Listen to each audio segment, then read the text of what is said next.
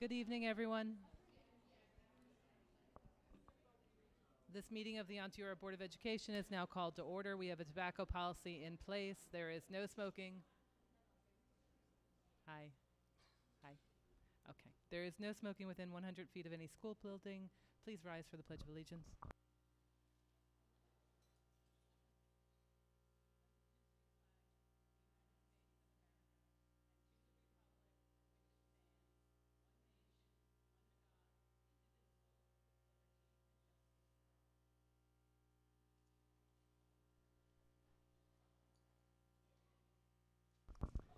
We would like to welcome our district clerk back. Amanda is working from home, but will be joining us for as many meetings as she can. Ms. Gates, can you please take roll call? Trustee Sherry? Here. Trustee Bishop? Here. Trustee Story? Here. Trustee Raimondo? Here. Trustee Hemingway Lynch? Here. Trustee Goodrich? Oh, just turn it on.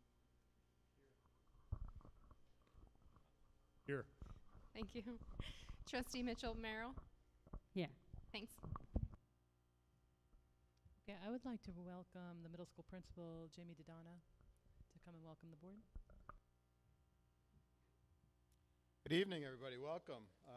The end of the year here at the middle school and high school, so it is quite busy and everybody's quite excited. Exams have been going great the last couple of weeks, and we are ready for graduation at the high school. The moving up ceremony was last Thursday in the auditorium. It was very well attended. Mr. Murphy got another standing ovation, which was very nice to see. And I know the kids are going to miss him, even if they've only had him for a year or two. Tomorrow is our 8th grade field trip to Six Flags, so the kids are looking forward to that, and that will pretty much wrap up the middle school year. Finals, we did last Friday and Monday. We did an abbreviated schedule, so the kids sit for 90 minutes for each of their finals in middle school, so that's kind of trying to slowly get them ready for the high school regents. You know, we give them a little bit longer exam, and it went really well. Everybody took them, and it was great success. 6th grade came up to visit. That's always fun to see them. I get to see the rotation of all the young kids and meet all the kids. So it's really fun to see them. Next year will be a little bit different with the 5th and 6th coming up, but it was definitely a good run through for me to see how it ran this year. And we're really excited to see those kids come on up. And a couple other little things. We did interview for the middle school band position today. That went really well. We have a lot of really good candidates. And we'll be scheduling second interviews in the near future, probably the end of next week. But we had a great committee on that, and we had some really, really good qualified individuals. As far as the 6th grade update for the 6th grade in 2024 moving up, we've been not doing too much, just kind of getting our ducks in a row. We're going to meet with the artist who did the mural at the far end of the middle school hallway to come up, give us some ideas to kind of make the middle school stand out a little bit when the 6th grade come up. So we'll get a lot of ideas from the 5th and 6th grade that are down there now, because it'll be their first year, and as well as, you know, current middle school kids, so we can all have a say in what that looks like. But we really wanted to try something to just delineate, you know, between the middle school and high school. So we're looking forward to that. I believe that meeting is next Wednesday. So the mural is really, really exciting. I mean, if you've been down that way, it's a great piece in the middle school. Kind of begun mapping out where teachers are going to be, where classrooms are going to be. We'll finalize that more as we get into the summer and start to really look at what we need.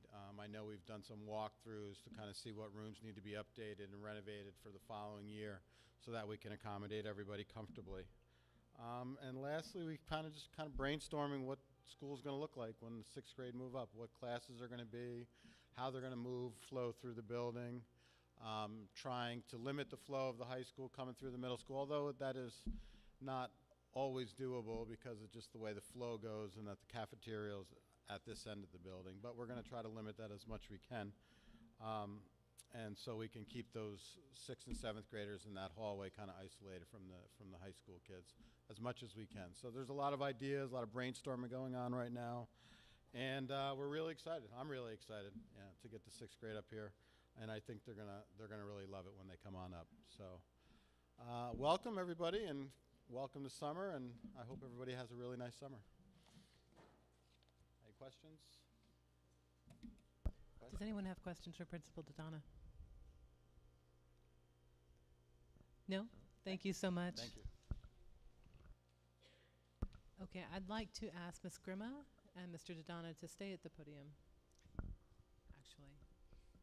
Before you start, I just wanted to take a moment because we are now celebrating tenure for many of our faculty.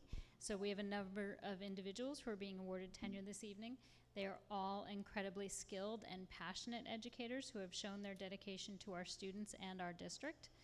The decision to grant tenure is one of the most important decisions that a superintendent and a board can make together, and we are really fortunate to have the honor of awarding tenure to these individuals, and we look forward to working with them for a long time. As President Sherry said, Mr. Dodonna and Ms. Grima will be speaking about each of these fantastic individuals. And I'll call Anita up. Come on, Anita. Come on up. Ms. Sidler will come up.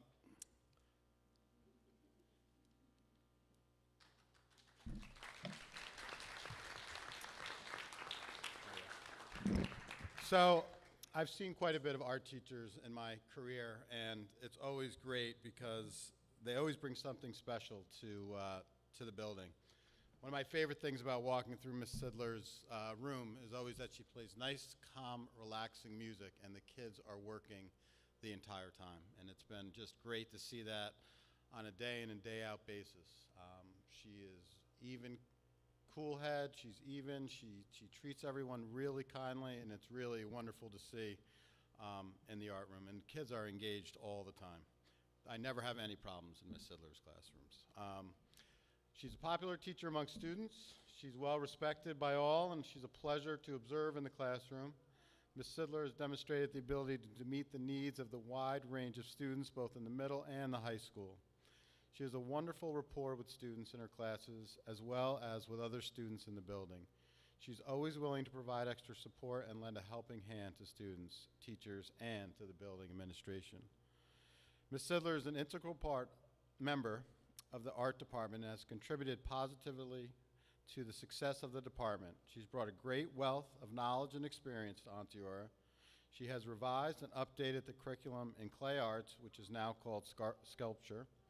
Ms. Sidler is also an SEL Circle facilitator in the middle school. Ms. Sidler also seeks opportunities for students that extend outside of the classroom. She has coordinated several field trips and in fact took her students to her sculpture class to the Storm King Art Center this spring. In the area of professional development, Ms. Sidler has demonstrated her drive to continuously take advantage of professional opportunities. Thus far, she has logged 453 hours of workshops and seminars. Ms. Sidler has also been the club advisor for the Middle School Art Club. Her commitment to her students, as well as to the Onteora community, is exceptional. Her pleasant demeanor, strong work ethic, and dedication truly make her an asset to the Onteora Central School District. Based on a comprehensive review of Ms. Sidler's teaching credentials, classroom observations, and performance, it is our recommendation to the Superintendent of Schools that Ms. Sidler be considered for tenure.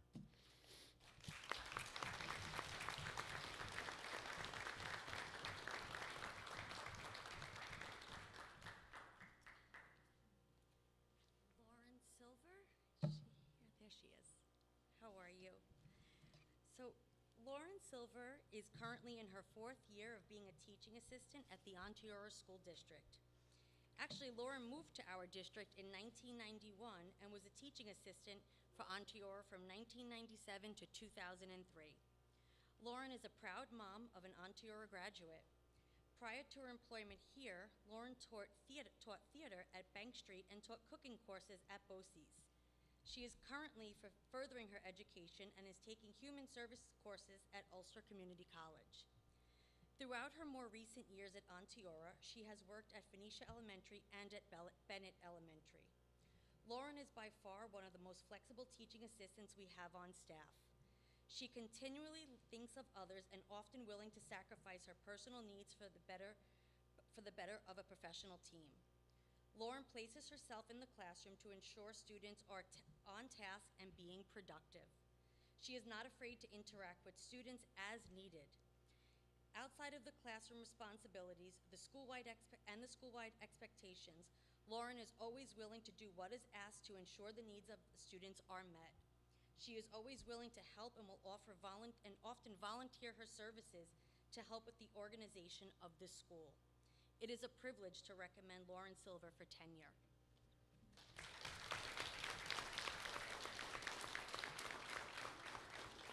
I'm too short?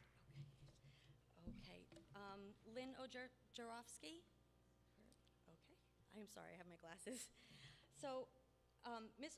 Ojarowski is a teaching assistant in the Onteora School District and provides assistance and support to our students in the K-1 MAPS program. Ms. Ojarowski is a respected member of the district and community we serve. I am confident the district will continue to experience the same dedication, professionalism, and service excellence that she demonstrates in her work at Woodstock Elementary. Ms. Ojarowski is without exception a respectful communicator and is invested in performing her work meaningfully and accurately.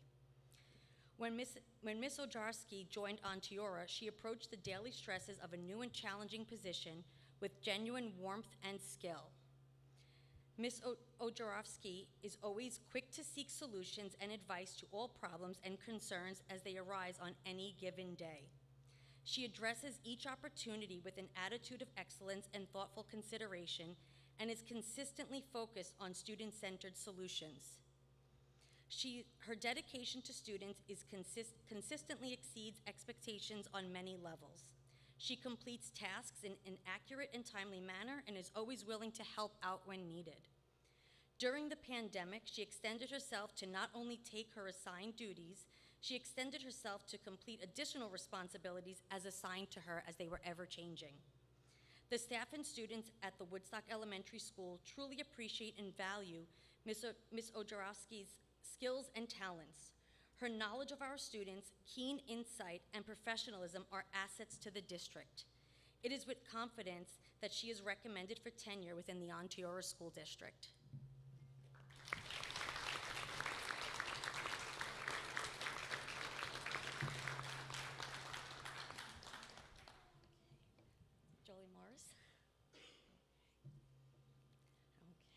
It is with great pleasure and confidence that I recommend Ms. Jolie Morris for tenure. Ms. Morris was hired by the Onteora School District in 2019 and has served as a special class special education teacher based out of the Phoenicia Elementary School. Ms. Morris has supported Onteora students and families from grades kindergarten through grade 2. Ms. Morris began her teaching career as the head nursery school teacher at Hurley Nursery School. Ms. Morris then taught at Catskill Elementary, where she worked as a self-contained behavioral K-2 teacher, in a 5th grade skills teacher, and a 4th grade teacher. In addition, Ms. Morris has spent summers teaching with Ulster BOCES and Questar 3 during their extended school year programs. Most recently, Ms. Morris has supported Onteora students and families during our own summer academy. While working in Onteora, Ms. Morris has been involved with PBIS Committee, Professional Development Committee, Shared Decision-Making Committee, and the Technology Committee. She has been involved with helping to write the new professional development plan as well as the technology plan for the district. Ms. Morris may be most famous for being the proud owner of Max, Phoenicia's therapy dog. Ms. Morris has a number of strengths, and the one I think has served her best in Onteora is her passion and dedication to her students. This year, Ms. Morris has embarked on an intensive training on new reading, writing, and math interventions to support our district's most complex learners. With her dedication and hard work, she has seen her students grow leaps and bounds in their reading and math skills, which has allowed students to have pride and see themselves as academic scholars. Ms. Morris continues to work on obtaining professional development courses to best support her students. In the future, Ms. Morris would like to explore additional trainings in verbal behavior and applied behavior analysis with the potential of a goal pursuing a BCBA certification. Ms. Morris is a dedicated and passionate special education teacher who cares deeply in supporting students gain literacy and math skills. Ms. Morris is a valued member of our district faculty whose hard work is the perfect complement to our district mission and values. It is with great pleasure and confidence that I recommend Ms. Morris for tenure.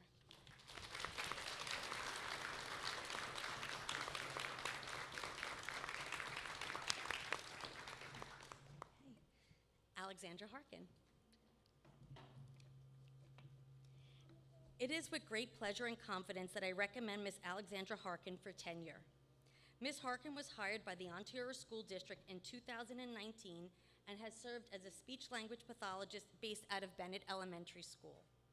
Ms. Harkin has supported Ontario students and families from preschool through elementary. Ms. Harkin is an Ontario graduate who received her bachelor's and master's degree in speech pathology from SUNY New Paltz.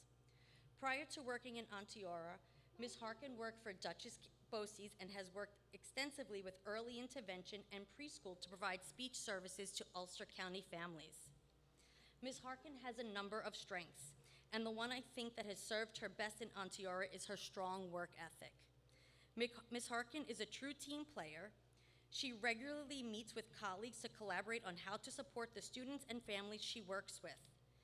Ms. Harkin has worked creatively to support all students within the district. She has supported universal pre-K and preschool students in completing evaluations, and for those that qualify, providing speech services. Ms. Harkin continues to work on obtaining professional development courses to best support her students. She is currently pursuing additional training and certification in assistive technology through Bowling Green State University. This training will allow her to continue to support Ontario's goal to build capacity within our staff to support students and families quickly with no need to outsource for evaluations or consultations. Ms. Harkin is a gifted and well-respected speech and language pathologist who has grown to know her students, their families, and her colleagues. Ms. Harkin is a valued member of our faculty whose good-natured demeanor is the perfect complement to her colleagues. Alexandra Harkin is an asset to our district. It is with great pleasure and confidence that I recommend Alexandra Harkin for tenure.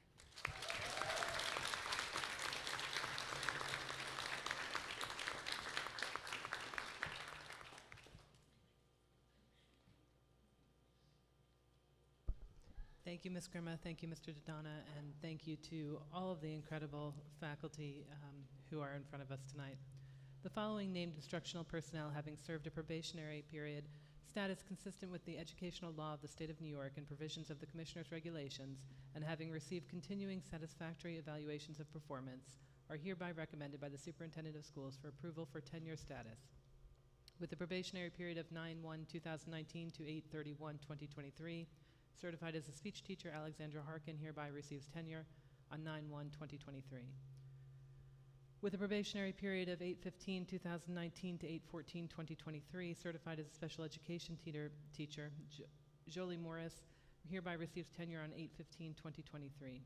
With a probationary period of 8/26/2019 to 8/25/2023, certified as a teaching assistant, Lynn Ojarowski hereby receives tenure on 8/26/2023.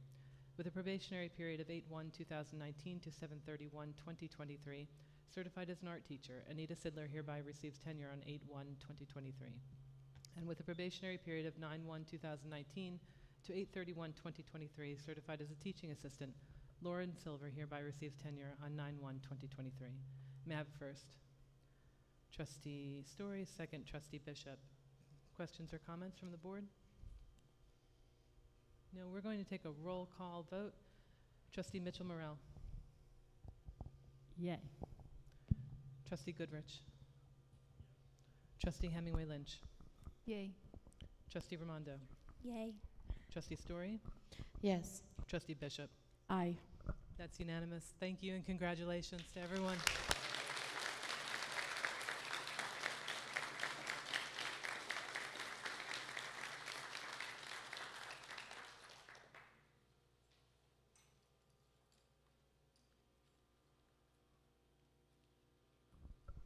The next celebration that we're going to embark on is to recognize and celebrate our retirees.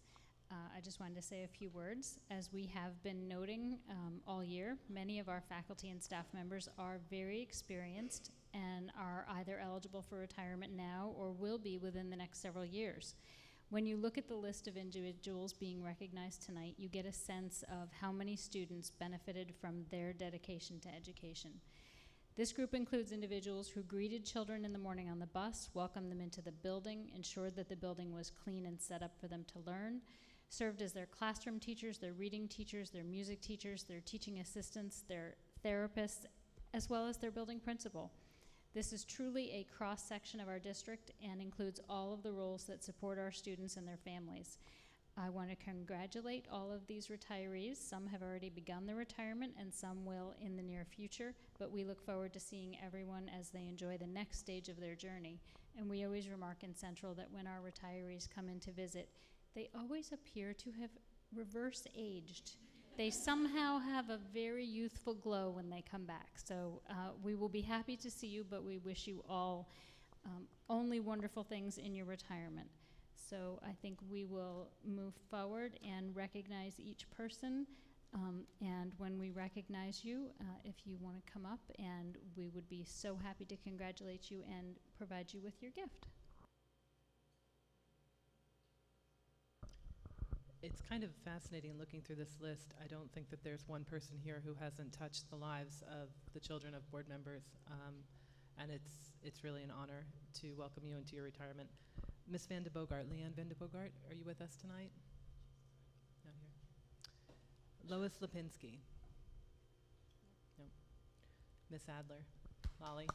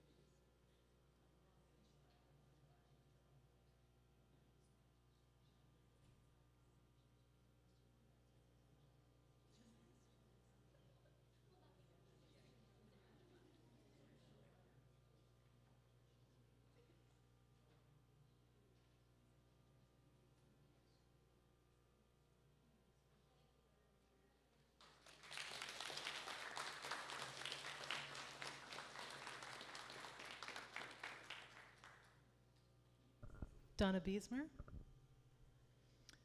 Michelle Darling.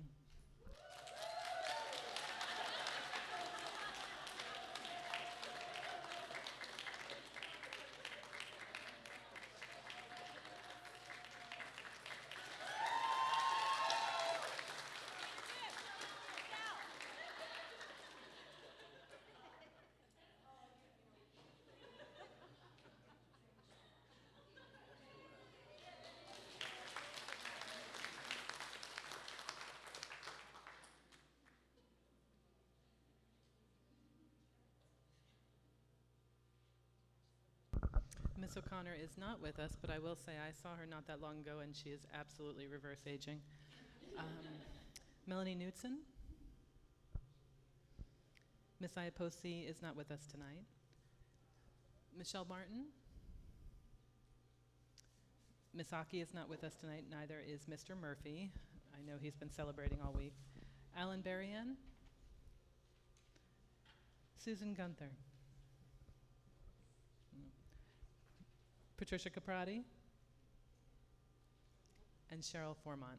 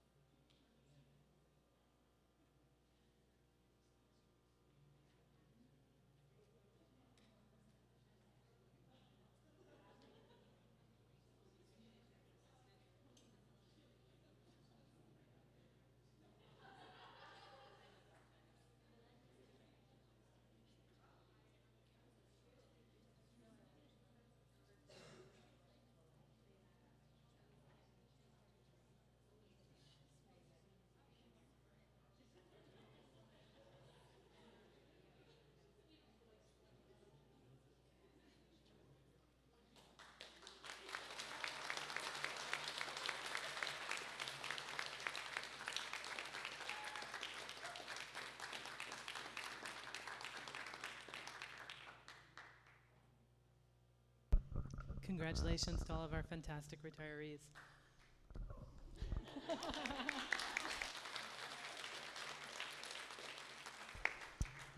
We decided to remain standing to recognize Ms. Crandell, who we've all had the incredible fortune of working with for the last couple of years, and I can't actually imagine a young person that I would have rather worked with over the last couple of years, because Noelle's done a fantastic job. She always makes sure to represent the needs of all of the students and not just her peers, which I think is a huge strength in a high school student. And I can't imagine how lucky they're going to be to have you for the next 4 years. Dan, would you like to stand? Because I'd like to recognize you as well. Amazing children don't happen on their own, and Dan is a fantastic parent who's done an incredible job. And I think that you should also get a round of applause.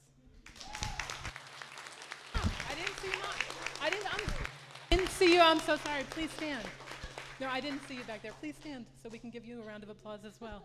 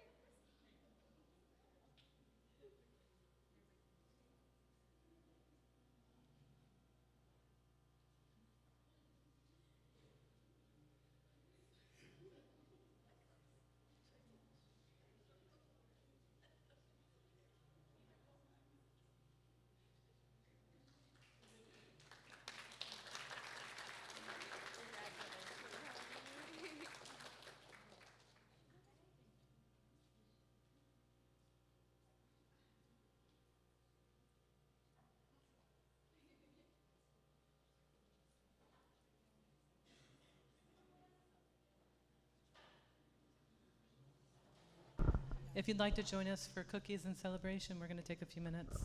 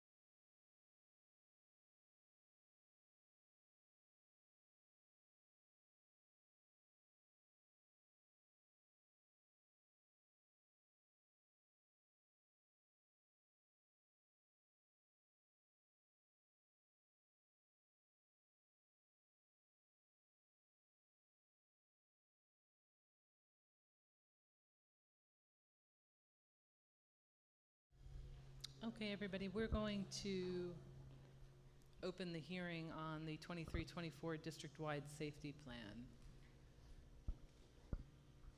Ms. Leclerc.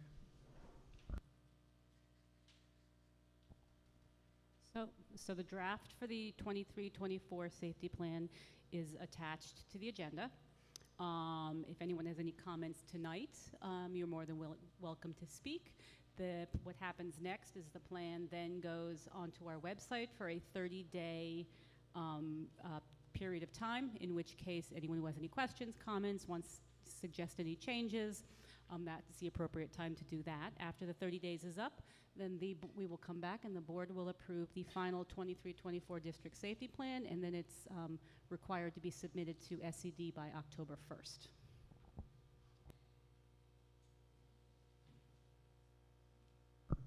Do any of the board trustees have questions regarding the district-wide safety plan? Trustee Lynch? Thank you, Trustee Sherry. Just actually a question for you, Ms. Leclerc. Would the board be able to see those comments if there's anything in that 30-day period? Yeah, of course. That part is open? Yeah. Yep. Okay, fantastic. Thanks. Are there any other questions for Ms. Leclerc?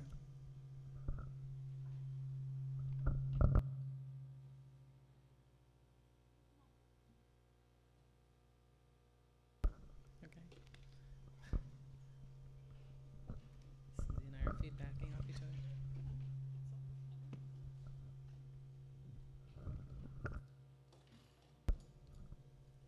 I think it's me, John. Thank you. And if there are no questions for Ms. Leclerc, then we will close the hearing, unless there are members of the public who have questions for Ms. Leclerc.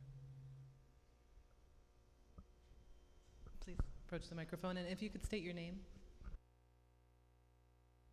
Hi, my name's Jean Brooks. How exactly does the community comment on that, on the project? Well, it's not a project, it's the Or safety. I'm sorry, the safety plan, So when we excuse me. put it up on the website, we'll have a link, so you can send us an email with any comments that you have. So via email? Yes. Okay. I mean, you can always call too, but the link will be up there for you to email, and if, you know, my phone number's up there as well, so. Okay, great. Okay? Thank you. Sure. I think it's probably important to note. Looking over it quick, and under fire, after the fire chief returns control of the building back to the agency. Can you speak into the microphone and Yeah. state your name, please? Sure, Craig Grazier, Shokan.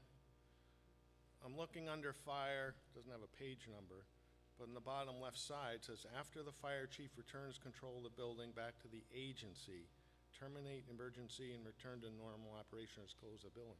What agency is he turning it over to? The school district. You would turn, they would return it back over to the school district.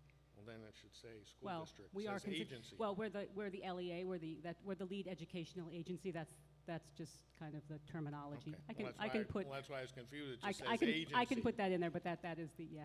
See, This is the first I things. saw this, and I'm just leafing through, and it's just little things. See, that that's why we need pop up. that's why we ask for comments. Great, thank you.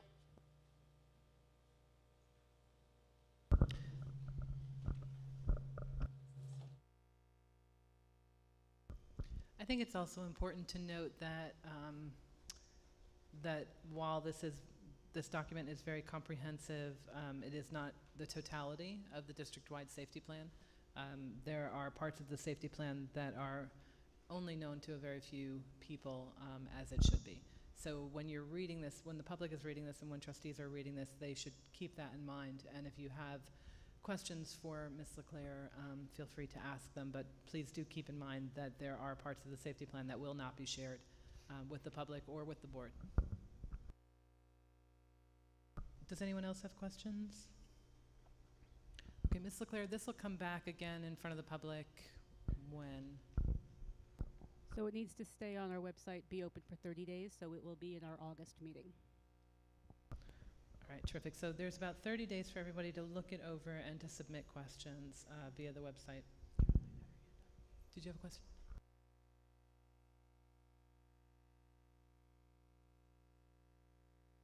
Working? No. Does okay.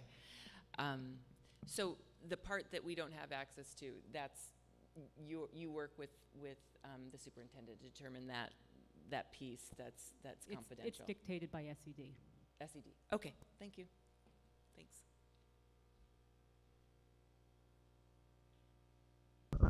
Any other questions from the community?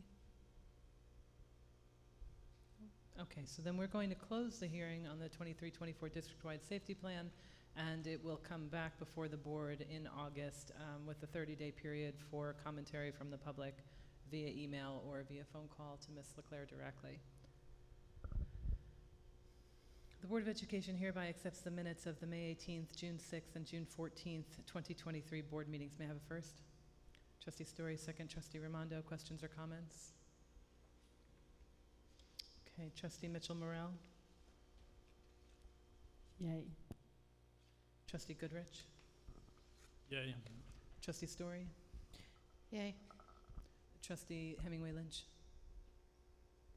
Yay. I went out of order, sorry. Trustee Raimondo, sorry, Amanda. Yay. Trustee Bishop. Aye. Okay, that's unanimous, thank you. Sorry, yeah. All right, Ms. Crandell is going to give her final report of an incredible tenure with the Board of Education, and thank you for all of your work, Noelle. I just want to start by saying thank you. This has been a really special experience for me, and all of you go really above and beyond to make sure I feel welcomed and safe, and that's really important to me. As I pursue my passion for politics, this is really like a foundational experience for me, and so special, and thank you. All right, so recently in student government, we held our elections, and the president of student government is now Sophia Odato. She was sworn in at our last meeting on June 9th. Kokoro Asado was also appointed as our new chair of the Condom Initiative. I had the pleasure of also meeting with the newly elected 8th graders who will maintain office for their 9th and 10th grade years. And I really look forward to hearing about what the student government achieves in the coming years. They have some really fun projects. Throughout the high school, why is this not moving? The Senior Scholarship Award ceremony was a great success, and many seniors should be busy writing their thank you cards. Valedictorian Dikemi Sono-Knowles and salutatorian Maeve Turk and Principal's Award recipient myself attended the Scholastic Achievement and Breakfast at BOCES. We would like to thank everyone who went into planning such a wonderful event. Dikemi Sono-Knowles and Abigail Nolan both received the M. Hall Senior Scholar Athletic Award. Congratulations. Many of our student artists are having their work presented at the Future Voices exhibition at SUNY Ulster. The Talon produced their last issue of the year, so keep your eyes out for those in our local businesses and on our website. And many seniors are eager to attend graduation this Friday. I'd actually now like to take this space to share my personal insight on the movement and change occurring in our district. And while these discussions can get rather abstract, I'd like to encourage all of you to remember the effects that your decisions will have on the future of Onteora as well as the current state. I ask you to be logical, be selfless, and above all, understand that you represent the entire community. And when you make these choices, I ask you to think of all of the students that your actions impact. And I urge you to ask the students of the district. I do not mean to ask them how they would feel if an asteroid destroyed their school, but rather ask them how they would feel to be in a school with more opportunities, more friends, a consistent educational and social environment for 13 years, and to be in a full, strengthened, and unified community. As I leave Onteora, and as someone who's been very active in school activities, I cannot help but feel scared about the dwindling enrollment. And while these might be merely numbers on spreadsheets to you, they are empty desks in classrooms and empty bleachers at games to students. Thank you.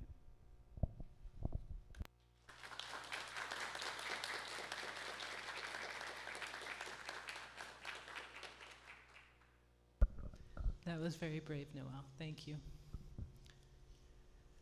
Does anybody have questions for Ms. Crandell? No. All right, Noelle, over and out.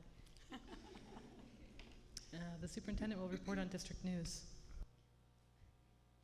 I'd like to take a pass because that's a hard act to follow. Gosh. All right. As Ms. Crandell said, there have been lots of wonderful celebrations, and we did go to the Scholastic Achievement Awards breakfast together, and I was lucky enough to go to the Mahal breakfast as well. There have been celebrations in every one of our buildings. I was scooping ice cream in Venetia with Assistant Superintendent Allison, while Assistant Superintendent Laffin was at Woodstock, and we got to cover the 3rd grade moving up. The 8th grade moving up was really lovely last week. And I got to recognize that some administrators who have not been here forever didn't know what the flower ceremony was, and it is such a tradition here where students are given a red carnation and a white carnation, and they get to keep one, and they're asked to give one to anyone who has been a really positive influence in their life, be it a parent, a teacher, teaching assistant, anyone. And it's really a lovely ceremony. We also got to experience Flag Day in Phoenicia last week, which is also a lovely tradition that I hope we will continue even with a different configuration, because it's just a really moving and educational and really special event for our students. So anyway, I'm going to move on now. So this has come up in a couple of different venues. There's been some talk about bidding requirements and design services, and I just wanted to ensure that all members of the public and all board trustees are aware that design services are not required to be publicly bid, as has been stated. Design services are actually specifically exempt from public bidding. Districts develop relationships with architectural firms. It is to the district and the taxpayers' advantage to have the architectural firm that has completed the 5-year building condition survey do the design work for subsequent capital projects, because they are already intimately familiar with the structural and infrastructure of all the buildings, both mechanical, engineering systems. If the district is dissatisfied with its architectural firm, the optimal time to change is when the 5-year building condition survey is done, so that a new firm would then have the opportunity to review all of the systems in all of the buildings. But I just wanted to make sure that was clear, because I don't want people to misunderstand and think that we are doing something that is outside of public bidding requirements. I have also heard that there is some confusion about our class sizes. So as we have discussed during our conversations related to reconfiguration this year, we do not plan on creating classes that exceed our class size guidelines, and we have been consistently moving the line between Phoenicia and Woodstock to maintain class sections in both buildings. We recently received inquiries from a few families regarding enrollment for September. The children that are in those families are entering 2nd grade in September. So as we had discussed and presented during the community forum in March, of the 16 sections of classes in grades K-3 in both Woodstock and Phoenicia, only the current 1st grade sections in Woodstock are in the high range for class sizes. We believe that there are students in this grade level that would have been eligible for kindergarten during the 2021 school year, whose parents maybe decided to wait an additional year to enroll in kindergarten due to the pandemic. So there are currently 6 sections in our K-3 population that are within the desirable class size range, and actually 8 sections that are currently in the low range of class size. So as has been our practice, we will move potential students to other buildings if a class is at the maximum class size as per our class size regulations. And just to review, the Woodstock building does have 20 classrooms. We have 8 regular ed classrooms and 2 special education classrooms, so the building itself is certainly not near the maximum capacity, as has been said in public and on social media. And in fact, once the building held 400 students, the current enrollment is actually less than 150. So there is that one grade level that has 2 sections in Woodstock that it is at the maximum, and we will not go above those guidelines, so anyone who enters with that grade level will go to a different building. For Safe Routes to School, we met with Kyle Buser from the New York State Department of Transportation last week to review our proposal for the change in the location of the crosswalk in front of this campus, and he was very amenable to our plans, and he is going to work to kind of stitch the DOT project to match our intentions so that we can create a much safer situation for our students and school community. We will lose the several parking spaces that are at the entrance of this campus that are slanted, but it will be a worthwhile sacrifice to create a much safer situation. This week we will celebrate our UPK students moving up, our 6th grade moving up, and the ultimate celebration, our class of 2023 commencement on Friday evening. I'm looking forward to hearing some of the speeches from our students. The weather is still a little questionable, but our hope is always that the ceremony will be outside. But if Mother Nature does not work with us, it will be in the gymnasium, unfortunately. That's all I have, unless people have questions. Trustee Mitchell-Morel? What is the maximum class size? I'm just curious. So it's actually split by grade level. So grades K and 1, the low range is 13 to 14, desirable is 15 to 18, and high is 19 to 20. For grade 2, the low range is 14 and 15, the desirable range is 16 to 19, and the high range is 20 to 21. And for grade 3, the low range is 16 to 17, desirable is 18 through 20, and high is 20 and 21. And that is actually a regulation that it's attached to our board policy. The class size guidelines. Okay. It actually lays out all 3 ranges, low, desirable, and high. Are there any other questions? Trustee Lynch? Thank you, Superintendent McLaren. Does that necessarily mean then that for a new class to be established, say in a 2nd grade, it would have to have at least 14 children, the low end, for it to be a no? That would make the most sense, yes. Right. Okay, thank you. So just to clarify, Superintendent McLaren, the students that would be coming into the 2nd grade in Woodstock that will be potentially bused to Phoenicia is seen as an anomaly because that building is not full. Correct. It's just that one grade level in that building that we have the high class size. Thank you. Yep. Are there any other questions? Trustee Goodrich?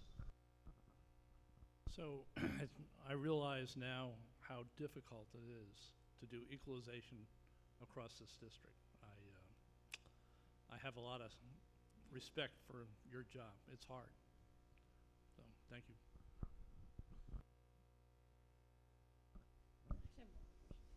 Trustee Mitchell-Morel? Superintendent McLaurin, my question is, what was it? Oh yeah, how do you decide which kids go to Phoenicia? Now that we are at the maximum class size, anyone additional will go to Phoenicia. Yeah, we're not gonna, anyone who's already established in Woodstock, we're not gonna shift, but anyone who enters will be assigned to the other building. We're not gonna take someone who's already.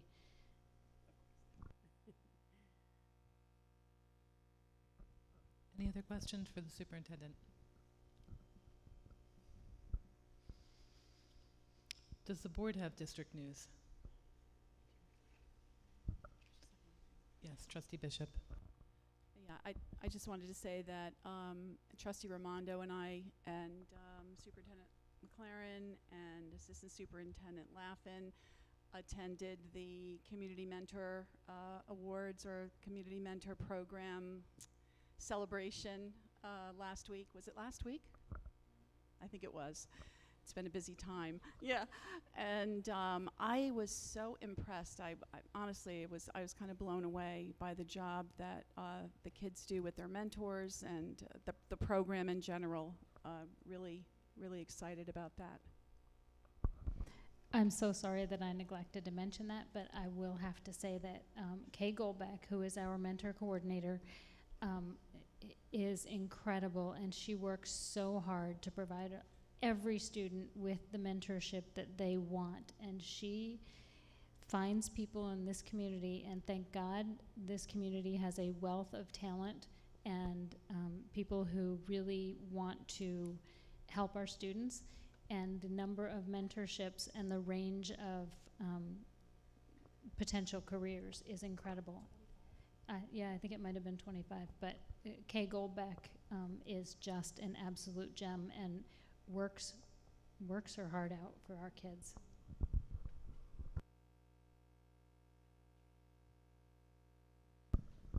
Anyone else have district news? Trustees with board news? No? Okay, the board will acknowledge the public be heard from comments from the last meeting. Amanda, I just want to point out that Becky Conscious's name is spelled incorrectly. Sierra Smith, Rick Wolf, Becky Conjus, Esther Downton, Lori Osmond, Stephanie Bryant, Molly Holm, Teresa Fikowski, and Rory Smith. Public and students may comment on any agenda or non-agenda item. The board appreciates hearing from the public, including students, on any agenda or non-agenda item. Please understand that by our adopted parliamentary procedure, the board cannot engage in discussion or answer questions during public be heard. Please know that we hear you and take all of your comments into consideration. The board does reserve the right to correct any inaccuracies or misinformation during public be heard. Please limit your comments to 3 minutes, be civil, and do not name any particular individuals or promote any commercial ventures or products. People wishing to express individual student or personnel concerns can bring them to the superintendent's attention in private.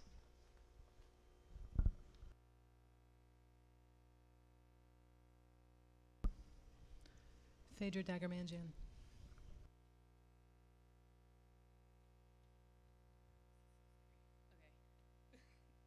Hi, working? Okay.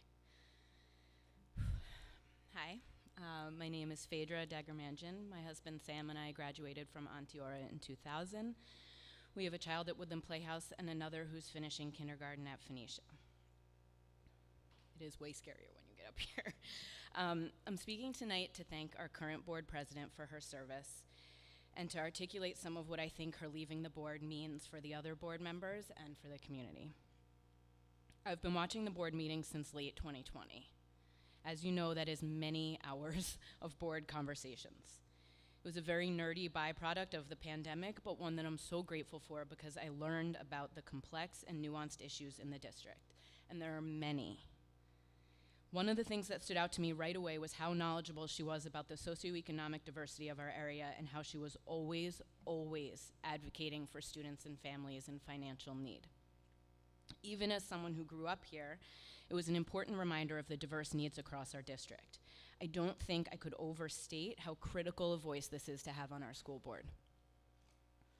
Simply having good intentions is not enough to ensure we provide the best possible education equitably for all of our students. It's actually speaking with and listening to a range of people in the community as people, friends, and neighbors that allows someone to ask the right questions and attempt to solve complex problems.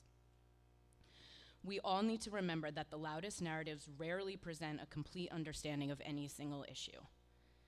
And any single issue can never represent the array of a whole district's needs. We need leadership who take the time to understand the perspectives of those whose voices are not being heard publicly in order to make the best decisions for the education of all students in the district. Now, the current board, and those of us who involve ourselves in this forum, is tasked with filling the gap. To the trustees who understand the breadth of needs in our community, please speak up even more now. I know you're there. I know you know stuff. Please keep speaking up. And to those who care but might not be as familiar, please listen. And back up your words that you care about creating the best possible education for all students by asking good questions, showing us your learning, and making decisions with the integrity your role requires. Thank you. Thank you so much.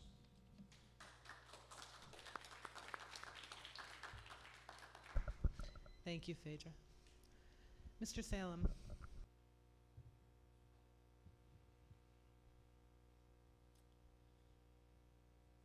Hi, I'm Kevin Salem. I, first of all, could not say any of that any better than you did, so I will not, not repeat any of that. But I think that this board deserves a ton of credit. This was an incredible and productive year. You cleared two very important pieces of business, President Sherry, that have been hanging over this board's head for a decade. Moving 6th grade up to the middle school has been, I've heard 4 superintendents talk about it, as with building utilization. You took a personal hit for it, and I think that that takes a lot of courage, but I think that some credit also goes to trustees Bishop and Story, because you did this with 4 new board members. As you're learning, it is not that easy to just sit in that chair and just sort of assume all the knowledge that you're supposed to have. It is a Herculean feat of leadership that the superintendent and the board officers and the experienced members of the board brought to this process. I know it wasn't perfect. I'm sorry you took a personal hit because, as you said, it is a great loss. You have, more than anyone I have ever met, you have the ability to look at a room and spot the inequity and address it. I also want to say that the previous 2 years for this district and this board have been rough ones, and you sort of grounded it. That credit goes to Superintendent McLaren and her team too. Granted, this was a self-inflicted wound, but I just want to thank you for healing it, and I just want to tell you that it is a pleasure to know you, and I loved working with you. And as you can see, that youthful glow and optimism will return when you get a little time away. Thank you very much for your service.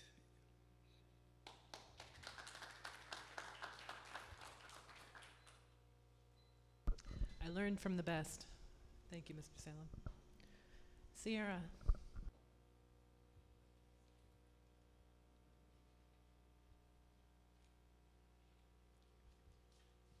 I'm going to sit here. I learned last time that I don't do so well with standing. My legs sort of give out from under me. So I might be the first to sit here at this little desk by the podium. I wanted to speak tonight, take my chances here at giving this another shot despite my shortcomings last time. I wanted to speak in regard to professional service providers for special education services. Presently, due to the 3 separate elementary buildings, there are professional service providers who must provide itinerant services by traveling among the 3 buildings. This has been disadvantageous for students. First and foremost, when professional service providers travel among buildings, they require vital time to do so, which could be otherwise used to collaborate with staff and or provide services to children.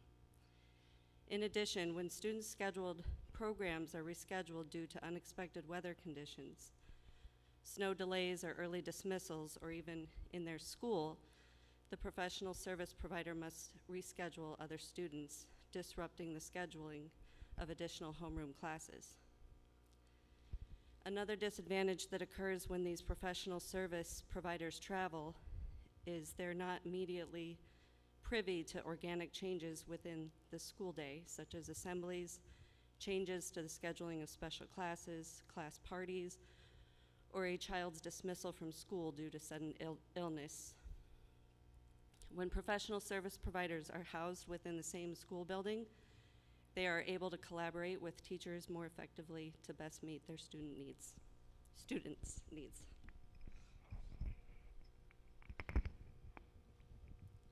And I just want to thank the board president as well.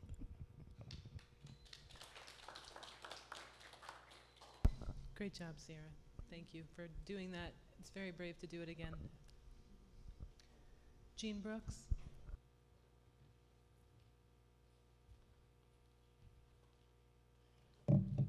Hi, my name is Jean Brooks. I am a mom and a guardian to 3 kids in this district. And I'm relatively new to the area. I moved here 7 years ago. My background is in community engagement. I have led community engagement projects around the world, and from small communities to global networks. And so I specialize in community engagement. And I, unlike some of the other parents, have not been paying attention since 2020. I had a daughter in 2020, and then I had breast cancer in 2021. So I have been busy, but I'm paying attention now because my 3-year-old is about to come here, and our 9-year-old is moving to Bennett, but maybe back to Woodstock, and my 7-year-old doesn't know what to do or why her school is closing. And that is my concern, parent to parent, with you, with where this board has some room for improvement in the mandate that you have to lead community engagement with the public around the very important decisions that you make. So I don't come here, I am a part of the open group. I'm not here to lead divisive talk. I haven't threatened anything personal against you, Emily. You know my partner very deeply, Ben Fleischer, for a long time. We have nothing but long-term respect for you. I really just want to be invited into this conversation in a more respectful way.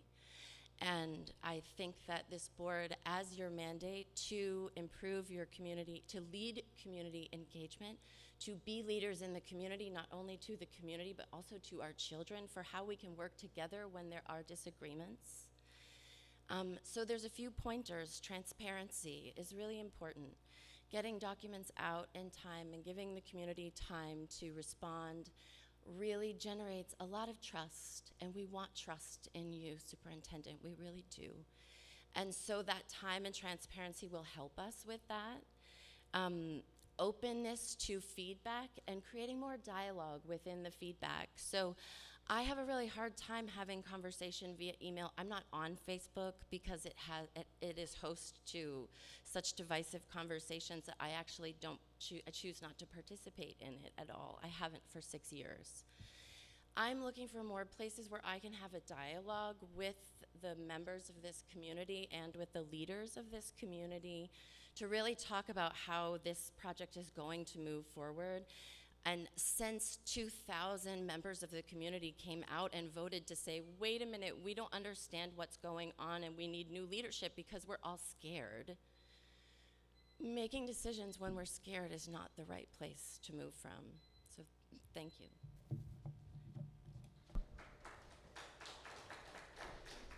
Teresa Falkowski.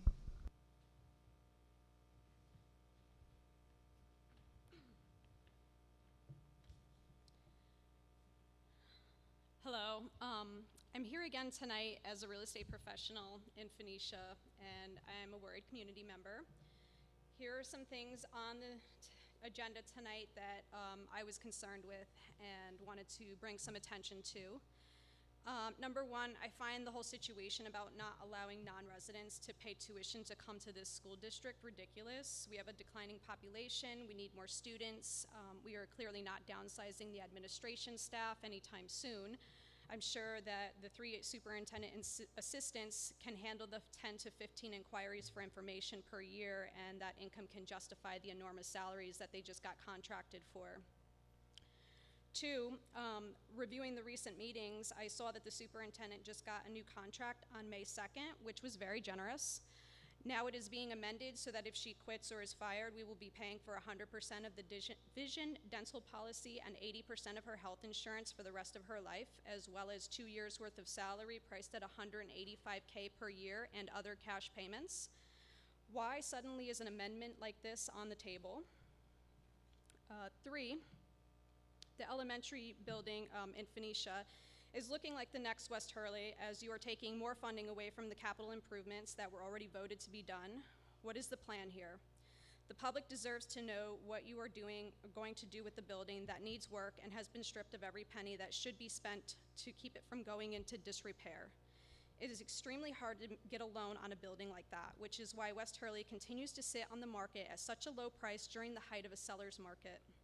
This lack of planning and transparency with the public is why there were a record number of voters this year. If you were not just trying to bully us into the one Onteora without a plan and numbers in hand, maybe more of us would have gotten on board. From my professional experience in real estate, there is no way you're going to build 10 classrooms and reconfigure a whole campus for anywhere near the cost of maintaining 2 campuses that are already built and need some maintenance, which is why the plan to have both Phoenicia and Woodstock schools stay open was clearly favored among the public. Again, oh, I have to remove this because you did discuss the bids about the architectural services. However, I was concerned about the fact that the $50K that they are going to be going into contract for is, not just what they're going to be paid, because I wanted to point out the fact that the scope of the work of building the 10 classrooms and reconfiguring the campus is probably going to exceed the $20 million in work and going to be charged at the rate of 7%, totaling $1.4 million at the very least. The last superintendent that wanted to close schools did the research and found a $70 million price tag, and with inflation, these prices have gone up.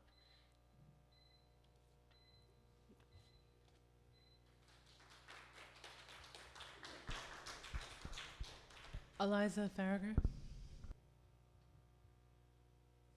Eliza Farragher. Yeah.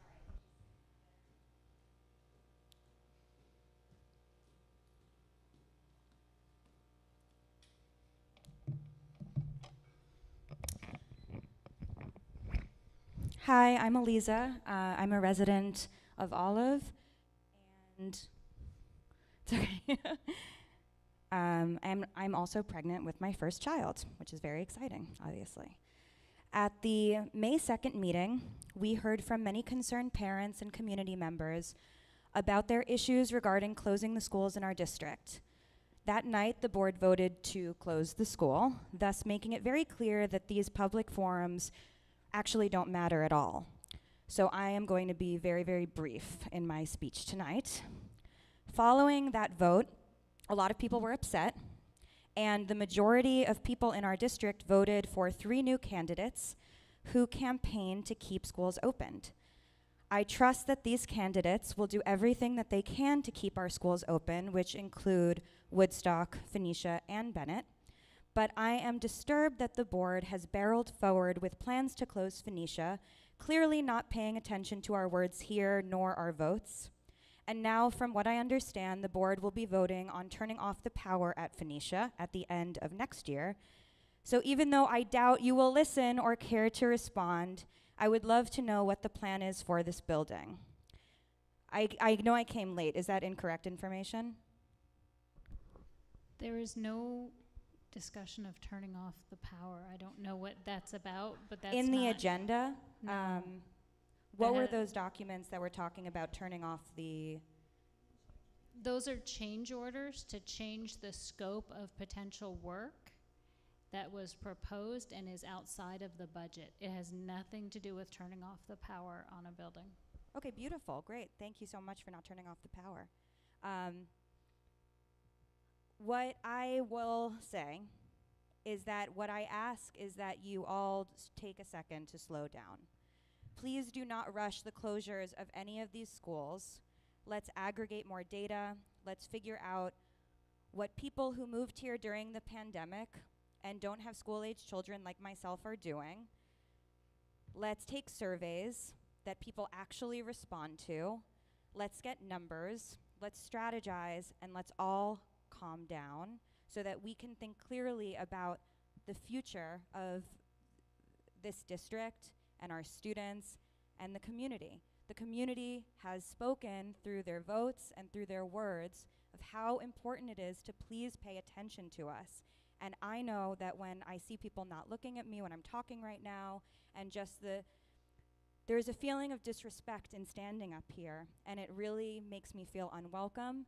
And again, I moved here just a few years ago, and I don't want to feel unwelcome in a place that I chose to be. So please listen. Thank you. Is there anyone who did not sign up for public be heard? Mr. Wolf?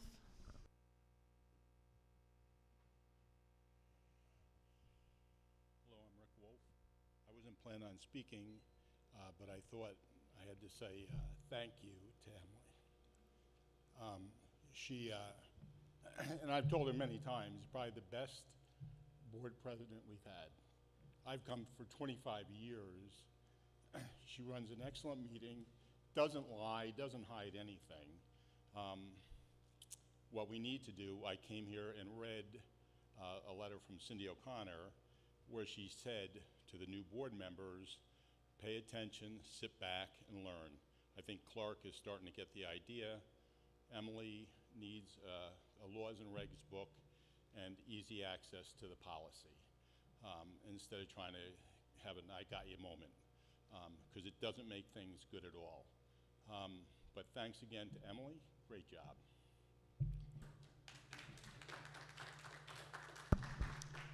Thank you, Mr. Wolf. That's high praise coming from Mr. Wolf.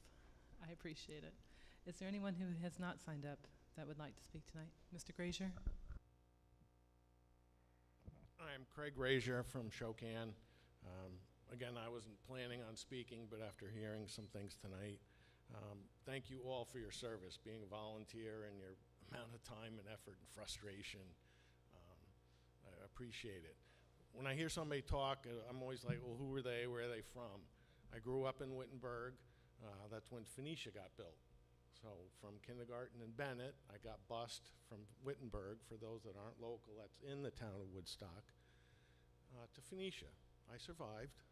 It was fine. This consolidation has been studied to death. So talk of about studying again in more open forums. We've been there, done that. It's time to consolidate.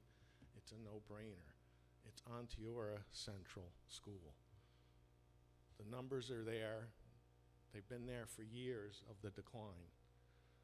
The votes are from one town. And unlike other districts in the state or wherever, we're not a one-town district. So we're not one community, even though we can talk community and trying to find that or whatever else, but we're not one little Andy and Mayberry town with a school.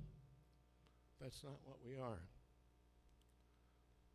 I graduated in '76. I volunteered probably 7 or 8 years to the mentor program. So again, just so people understand who I am, where I'm coming from. As far as the votes, there's been a lot of apathy because frustration leads to anger and so on. But the numbers speak for themselves. And the mantra of science is real, and well, it doesn't lie. Well, we've hired, I don't know how many consultants around. So I'd also like to request for information. When this district was formed, it was supposed to be 2 members from Woodstock, 2 members from Shandaken, and 2 members from Olive were to be on the board. I'd like to know when that was changed, and if possibly, if it's recorded, why. Because look what's happened. Equal representation or taxation without representation in school funding. It's a no-brainer. The first few years, the kids are young, and then coming to one campus may be a good thing, because in my perspective, going to Phoenicia would involve things like Cub Scouts, Little League, and other community activities. I'm attending with kids that I went to school with, but I don't live anywhere near. So that added a little, side thing. So polarization of the voting from one town, don't let those numbers skew the thoughts of what should be done. I'm out of time, but I'll be back.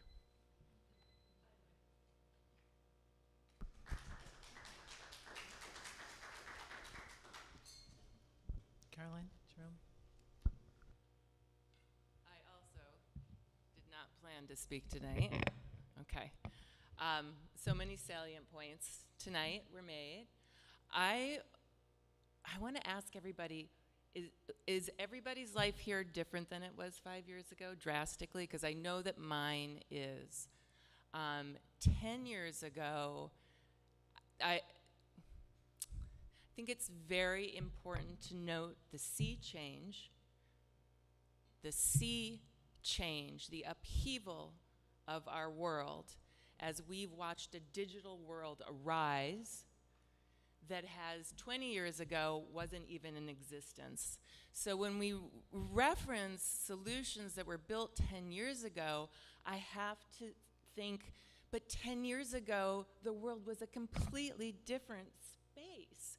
And so I'm not dismissing the work that the board has done. No, I mean, I'm looking forward, and I want to take a moment to herald the new people who are on the board with respect to you and everybody else who's left. But I know that we're going to do a great job too, and I want to just acknowledge that moving quickly right now doesn't take into data that is 7 years old, 10 years old is ancient. It's really ancient at this point. I say this, and I'll say it quickly, and then I'll go, but 20 years ago, the internet was barely 8 years old. It would be 6 years before the iPhone made it to market. AI was literally science fiction, and we hadn't gone through a global pandemic together. It's a very different world. I just want to look at this topic more closely. I know we've been talking about it for a long time, but I just don't think that we can't take a little bit longer. These are our children and members of our community who we do want to have equal opportunity. Can we just take a moment and have more engagement from the larger community? Thank you.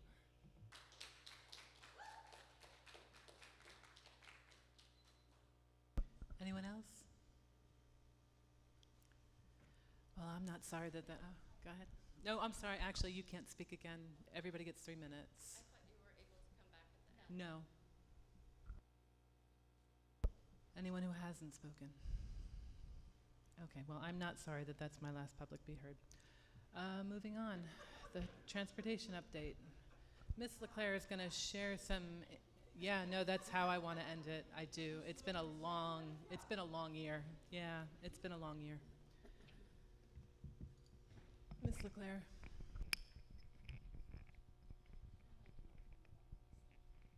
Is it on? Oh, it's on. Okay. So we were tasked, before I say that, for those of you who don't know us, my name is Monica LeClaire. I'm the Assistant Superintendent for Business, and with me is Nicole Summer, our Director of Transportation, who does the amazing job of transporting everybody's children to school every single day. Thank you, thank you. Well deserved.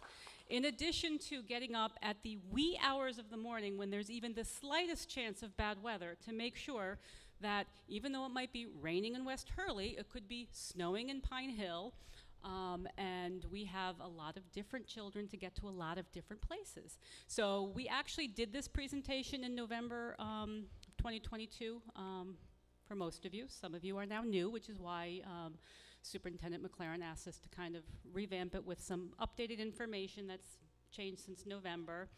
And again, just to kind of go over where we are and how we got here. Next. Okay, I will let Nicole talk.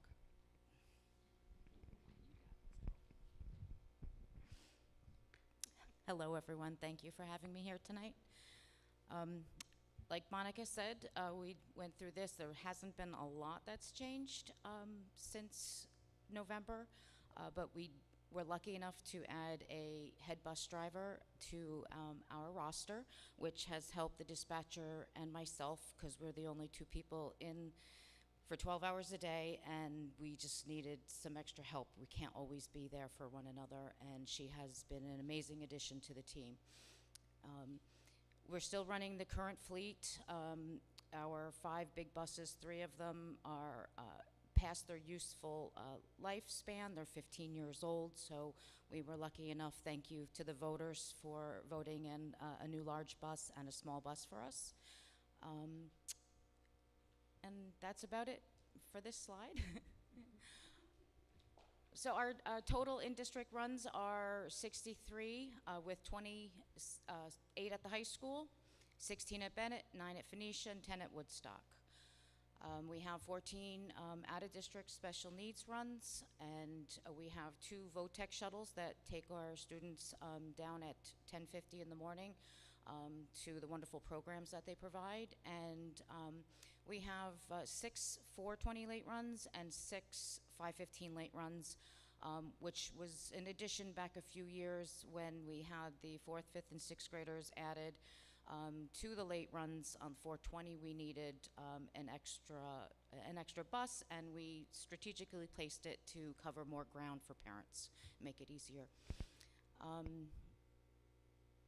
So now we're looking at the possibility of a single campus and what that might mean for bus runs.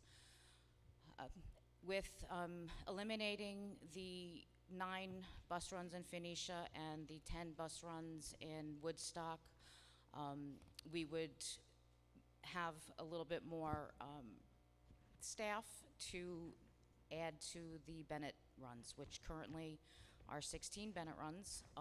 All of the elementary runs average about 45 minutes from start to finish, first pickup to delivery at the school. And if we were to strategically add about 10 of the runs to Bennett in a consolidation, we would be able to make all of the bus runs approximately 30 minutes long. Granted, some of our kids live in Accord, and they live a lot closer to Rondout, but they're still in the Ontario district, and getting here from there, even in a car, is 25 minutes. So they could be a little bit longer, but on average, we'd like to see 30 minutes for all of the students in the district. which would also leave approximately 9 bus drivers for standby for call-outs and illnesses. And it would also give us some bus drivers to do our field trips and sports trips. We average 5 to 6 a day for sports, which is very hard to cover, and we frequently subcontract with Camden Coach and Tonchi Transit along with First Student just to get our students' needs covered. So that would give us a little more flexibility as well. And the out-of-district runs they vary from year to year, so I can't predict what that would be in 4 or 5 years. So currently, contracted runs make up the majority. We have a very small department. There's 22 of us for Ontiora, and the rest is contracted with First Student. And we average almost 1,000 miles a day just in our district, and district runs. And the contracted runs average close to 4,500, which is astronomical at, almost 300 square mile district. And you can see annually the amount of miles that we put on a bus. We have some buses now that have about 260,000 miles on them. And so again, thank you for voting us some new buses. I just want to, if you take a look at the bottom where it's highlighted. So this is something that SED does every few years, and it's called our sparsity factor. So as you can see, because again, we get compared to New Paltz, we get compared to Rondout. Rondout's like us, they're also big, but if you look at Rondout, they have almost 13 students per square mile. You look at Ontiora, we have less than 5 students per square mile. So it makes it very, very difficult to have a short bus run because you're going a long way just to pick up one kid, but you have to pick up that one kid, and you can't take one bus for one kid just because they live the farthest away. So we do field complaints from parents, and we try to help as much as we can, and Nicole, like I said, does do an amazing job, but it's important for parents to understand that if you move to the Ontiora School District, you are moving to a district that is very sparsely populated with students. So that's just my 2 cents. I can add to that as well. With the reconfiguration a decade ago, has added 15 to 20 minutes to each of our bus runs because we are traveling throughout the whole district for every campus. I wish that I had the foresight to video or record. When I was following drivers last week, I was like, oh, here comes my driver and to pick up students, because I have to do that for DMV. And I was like, oh, nope, that's a First Student bus. And I saw the First Student bus pick up at this house, then this house, then this house, and here comes my driver and Ontiora bus picking up the same student at the same households, one going to Phoenicia, one going to Bennett. So this is the need for the extra drivers and monitors that we have had to put in place over the years, and we're just stretched very thin to our limits. So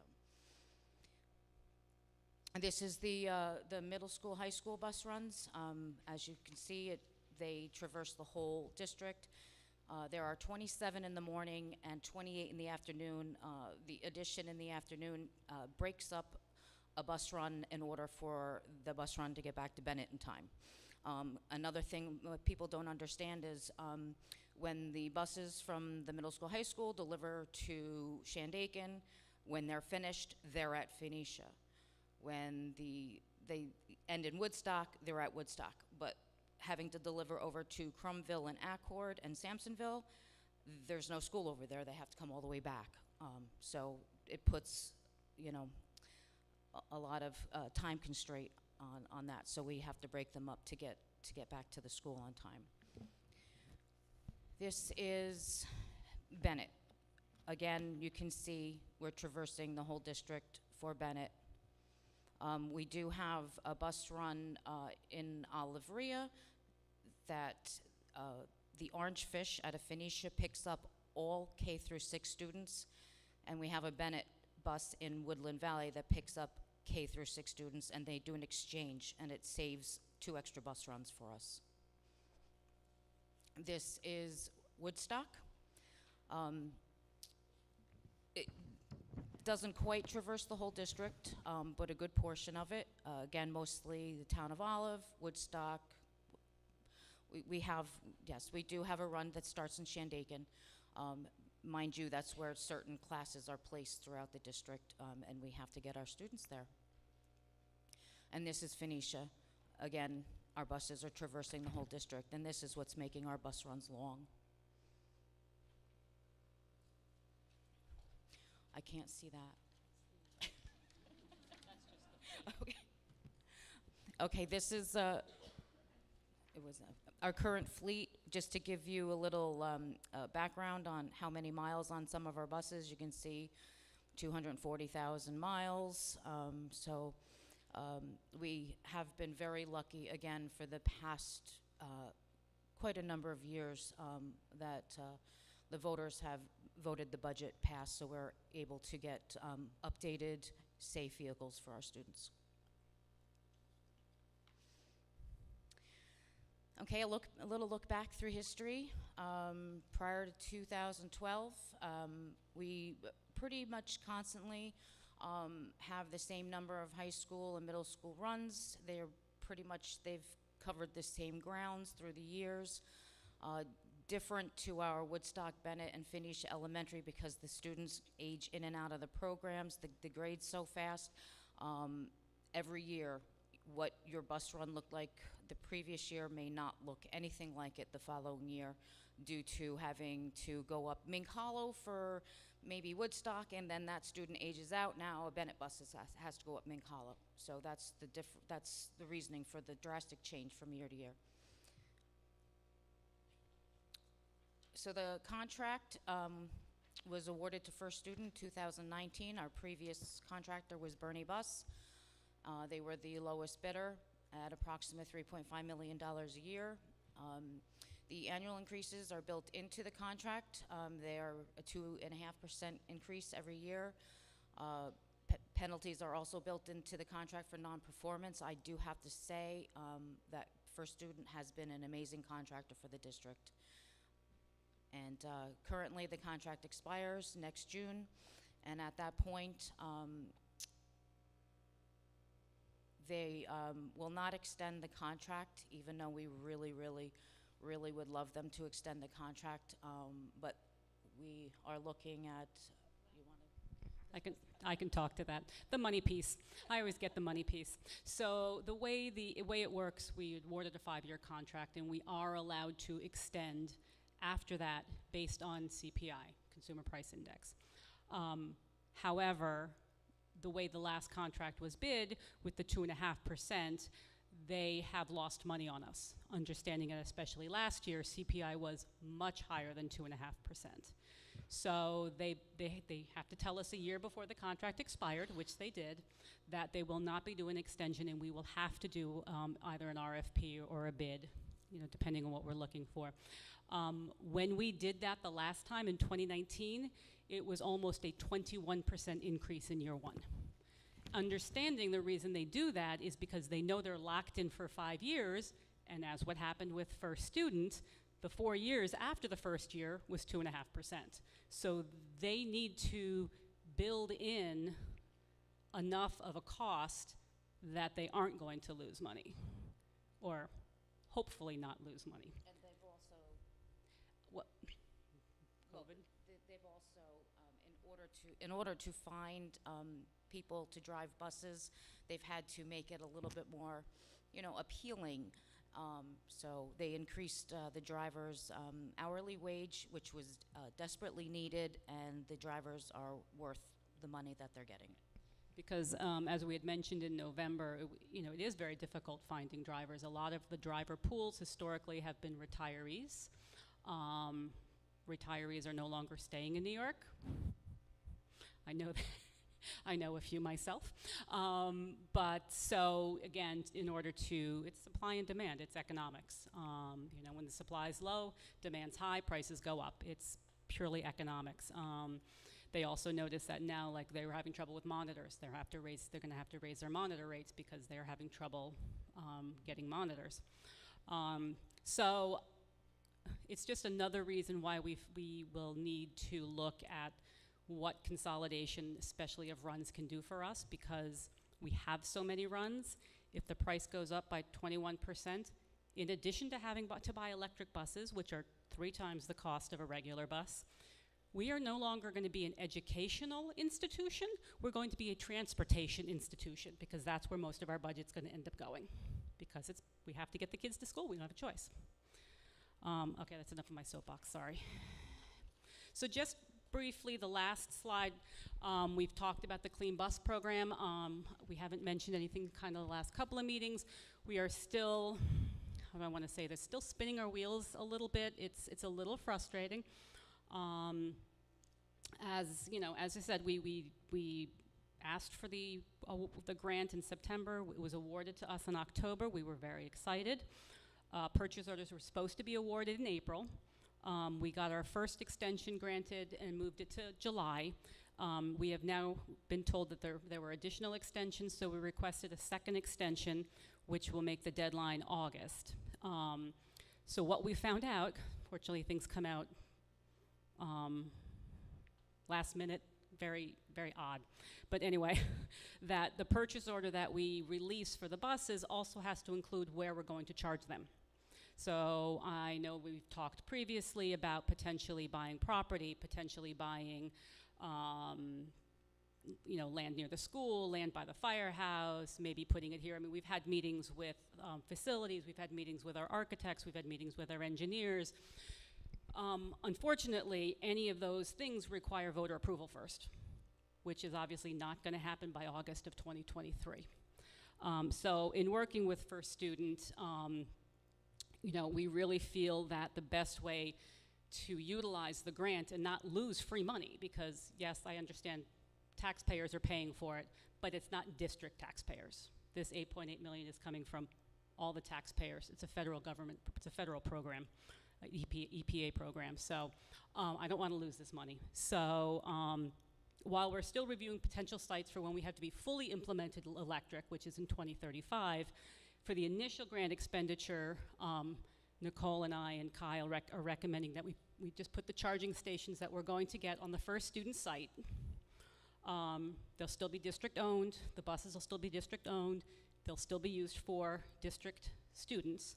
And again, if for some reason First Student loses the bid when we rebid this contract, they're still ours. So really, as far as a cost-benefit analysis, it makes the most sense. Because again, there's still so many unknowns. I mean, we're still not supposed to, we have to put an order in August, and we're still a year away from potentially getting them. They haven't even built the buses that they said that we're gonna get. So, but we have to tell them where the charging stations are going to go. So it's really putting us in a difficult situation, because we still have to follow our rules as far as going to SED, going to facilities planning. But because the EPA program is a national program, most states do not have those same restrictions that New York has. So they don't understand what we have to go through. So by First Student doing it, they're a private entity, they do not have the same restrictions that we have. So, I mean, again, moving forward, if we are still required to be 100% electric by 2035, we're going to have to find a place to put buses and charging stations. So we're still going the route of reviewing, but again, anything that we do, any new land purchases, any new buildings, will have to be voter approved before any work can be done anyhow, so. And I think that's the last slide. Any questions? Trustee Goodrich. First, I want to say, Nicole, this is an amazing job. This is complex, and I really appreciate your work. I mean, you think about it, there's nothing more important than the safety of our children going to the school, and I thank you. So, is there any, what's that? Closer? Okay. Is there any numbers that we have for when Phoenicia closes, how much that would save in the mileage? Well, we did do an analysis. I believe it's in all of the papers that are online. I believe it was around $800,000. And that's based on current dollars, because again, understanding it's going to be on under a new contract. We don't really know where all the kids are going to be, so it's just an estimate based on if it were closed today with today's numbers and today's enrollment. No, I redid them. Anybody else? Trustee Story. I'm thinking about the electric buses. How are we going to be putting district equipment on a campus or on property that's not district? Like the charging stations, how are we putting them in a facility that we don't own or rent or? Well, good question. So the grant allowed us to do this. So the plan is that they will be district owned, the buses and the charging stations. I'm a little unsure about the charging stations as far as the insurance. I'm assuming that First Student would have to take out the liability. We may have to be like a secondary insured. But the buses we insure. There are buses, and understand that, we pay a lot of money to insure a $100,000 bus. I can't imagine how much we're going to have to pay to insure a $300,000 bus. No, $450. Oh, I'm sorry, $450. I guess the price went up in the last couple of months. But those are still some of the things that we're working out, but we've been told at every step of the way that it is what other school districts are doing that have contracted transportation. I'm just thinking of our audits when they've come back and said, about our oh yeah, they'll be on our fixed asset. That's what I'm thinking. Well, of they'll just all have to drive up these- to First Student. We have a tag, we have a VIN number. We'll have the insurance cards. But it's also not, it's district materials being put on somebody else's property. Yes. That's, right now, First Student owns their buses. Correct. They're not Ontario Central School buses. We're entering a whole new world, This is- Valerie. I know, and this is very concerning to me. You'll end up seeing them going down the road, and it'll say Ontario Central School District operated by First Student. Not that helps. And they'll be the ones that'll be on the side of the road because they're not charged. Sorry.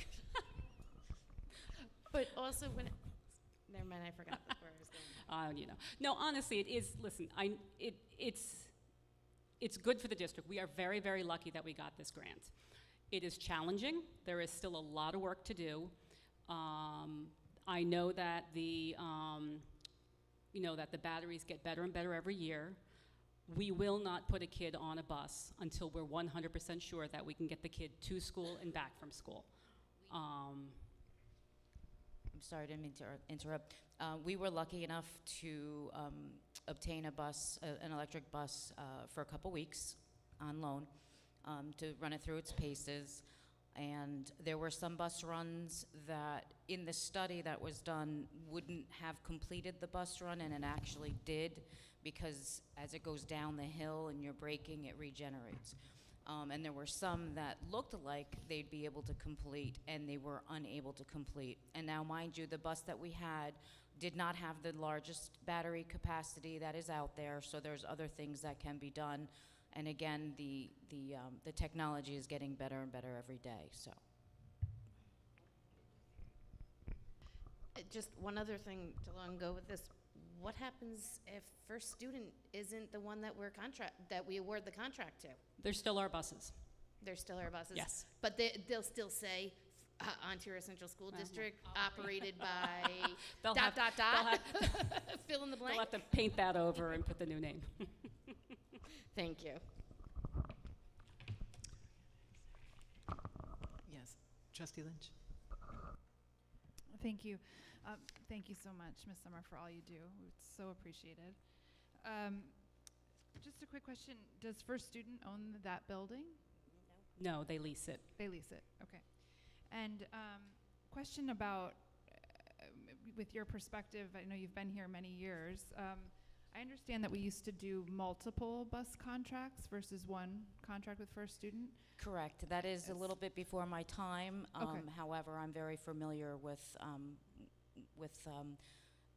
why it was like that and why it's not like that anymore. Could you tell us a little bit about just the pros and cons of having one contract? The pros the are pros. that there's an add-delete clause.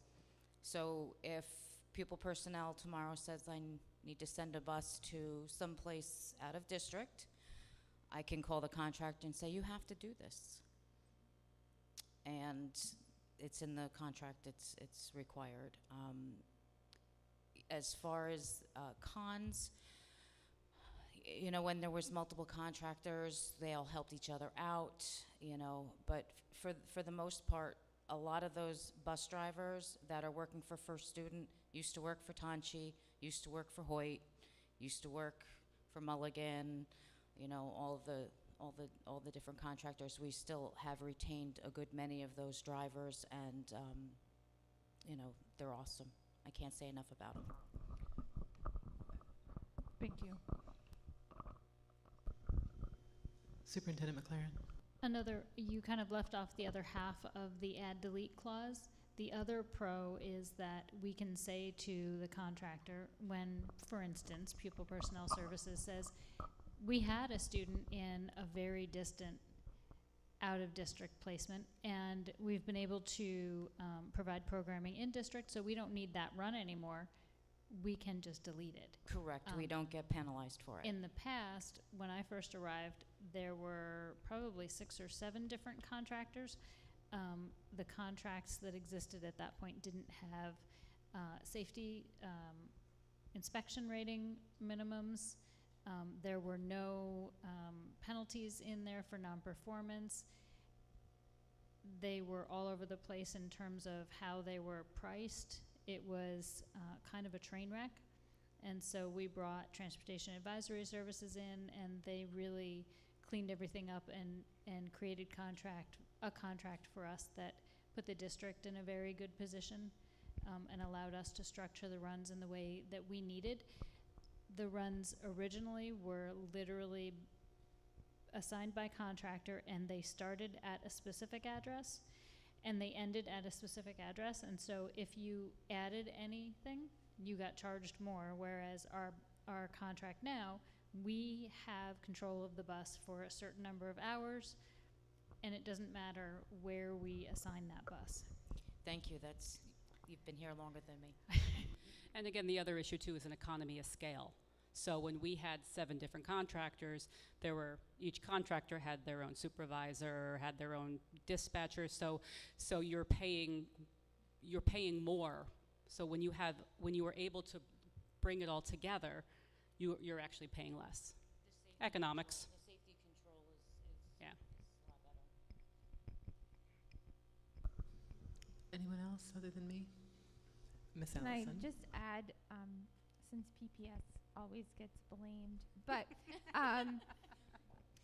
in our county, as we've discussed at great length, there's a great deal of housing insecurity, and so we utilize our partnership with First Students very frequently when we have students that we temporarily have to create runs because of McKinney-Vento, because they're housing insecure, and we're going to the outer reaches of a 50-mile mark. And so that add and delete ability to frequently do that is very, very, very, very helpful, because these are runs that could be for a temporary component and then done, and they happen pretty frequently, and we're seeing with our housing insecurity that need rising. That's an excellent point. Thank you, Miss Allison. Trustee Story, then Trustee Goodrich. If I remember from years ago, what happened was with the contractors, didn't SED come down and make the bus companies have like outrageous insurance policies that the smaller transportation companies couldn't afford, and that's when we went to the bigger bus companies. That's when they started bidding on these things. I'm not sure, though I will say we did lose a lot of the smaller bus companies over the last few years, but I don't remember. I don't remember if that was the reason why. Trustee Goodrich. So this would be really hard data to collect, but hopefully your software might provide this, do you have any median time on bus for all the students in the entire district? So it'd be like the average time on bus. A median well, the average time, length of time from first pickup to delivery is 45 minutes.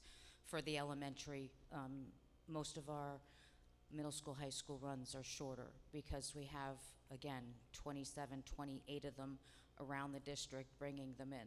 There are a couple on the outskirts that are longer, and that would be the reasoning by if we added another 10 runs to the 16 at Bennett, we could shorten them to 30 minutes like the middle school, high school runs are. But that's the maximum time, right? Or is that the average? It's the average. It's the average time. We have bus runs, that are a lot longer out of district. SED does not state that there is a maximum length of time on a bus.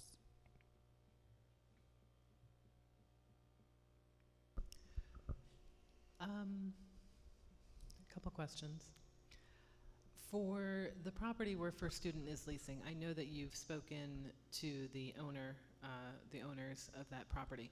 There is some commercial space there available. Is there enough space there in order to potentially lease from them and put the charging stations on our own property? There is. It is actually one of the things that we were also considering. There is a swath of grass that is actually separate and apart from the rest of the property. But again, any purchases that we make have to be voter approved. So. Yeah, I wondered if that would address Ms. Story's, Trustee Story's concern about it not being on property that is leased by the district, because that property I know is currently for lease. And beyond that, if you were to put them on non-district property, are they movable? It depends on what kind of chargers you get. So if we were to put them on the First Student property, and then First Student was not our transportation provider, we would have some kind of an agreement with them. Would we then have to lease that parcel of the parcel that's already being leased? Well, what's happened in the past when we've switched providers, they've leased that same property because that's the only property in the Ontario School District that can fit buses. So, I mean, could they go anywhere? Yeah, but it wouldn't be fiscally, it wouldn't be fiscally viable to get a contract with Ontario for 5 years and build a bus garage somewhere. First Student actually did look at other First Student looked at other viable properties prior to getting awarded the contract, and nothing was quite as viable as leasing from the current place, which was, prior to that was Bernie Bus, prior to that was Mulligan, and prior to that, the owner, which was RJW Bus, owned it. So. And then my last question is, I just want to commend you, Ms. LeClaire, because I know that you've been in really good contact with the Olive Fire Department, and I would just ask that you continue that and working with Chief Winnie to make sure that anything that happens on that property in terms of charging stations is discussed with him, because it is a real concern for the Olive Fire Department. Absolutely. And they want to make sure that they have the appropriate training, the appropriate equipment to make sure that they can contain any potential hazards that may arise from these charging stations. Absolutely. Thank you. One more. I was just thinking, possibly in August, maybe the second meeting in August or early in September, we could come up with a timeline for the bid process. Depending on how it all works, we might be able to avoid that idea that we would move forward with everything in First Student's name if they're not going to win the bid. Correct. The buses are not going to get here for a year, and we don't need to be fully implemented for how long? Till October of 2024.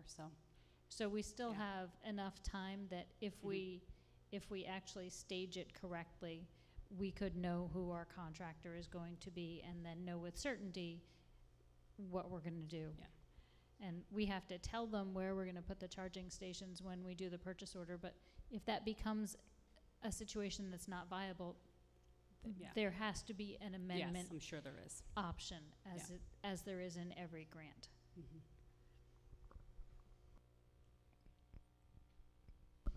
Any further questions from the board? Thank you both, Nicole. Thank you for all of your incredible work. We're really grateful for you. Oh, Monica, don't go anywhere.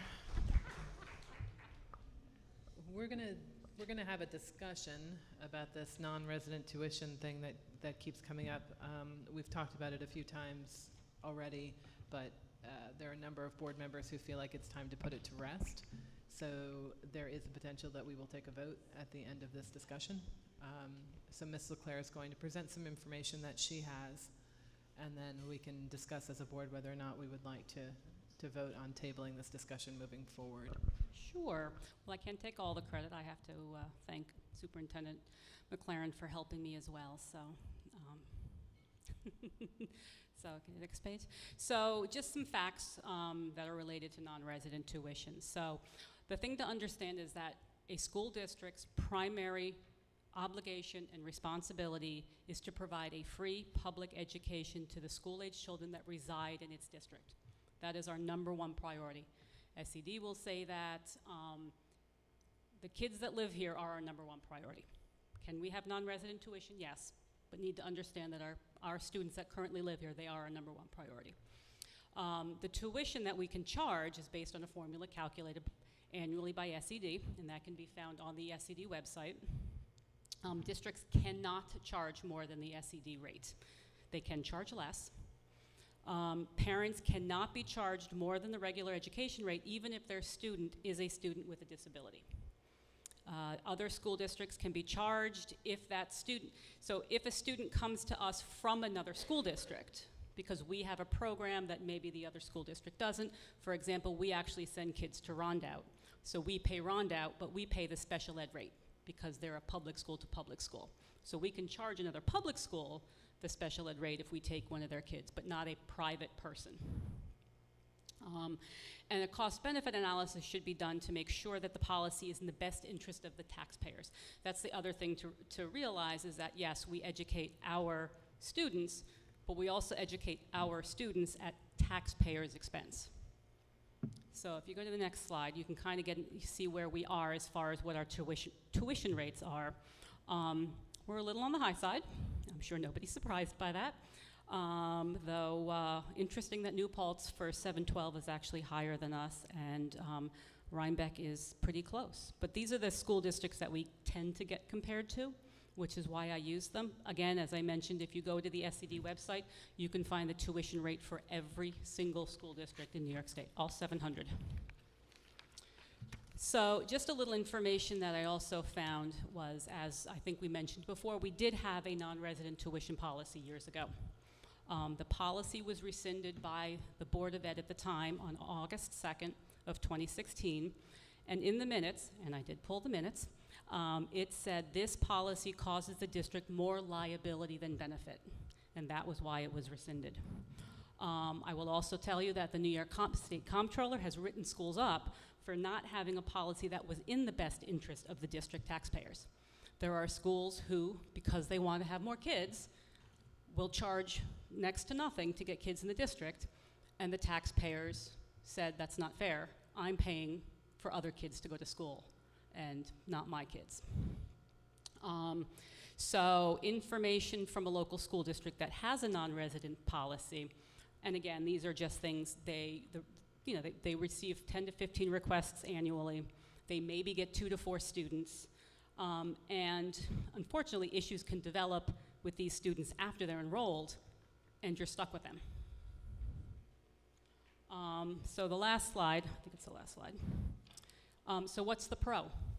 Additional revenue, absolutely. You will get additional revenue if you bring kids into your district that are not your residents. However, if you look at the cons, the additional administrative oversight, and we may have time, the expenditures that could outweigh the revenue. So if you have a student who comes to you and you're like, great fit, let's put them in, they're great, mid-year, They need reading, they need speech, they need OT, they need PT, they need co-teach, they need counseling. If it's required, you have to give it to them. It's free public education. The potential increase in legal and insurance costs. So we have a student accident insurance. We pay if a student gets hurt. So if you're a student, you get hurt, our insurance will cover you. Legal challenges by non-resident families. And legal costs for collecting unpaid tuition. Unfortunately, we do not have much of a stick.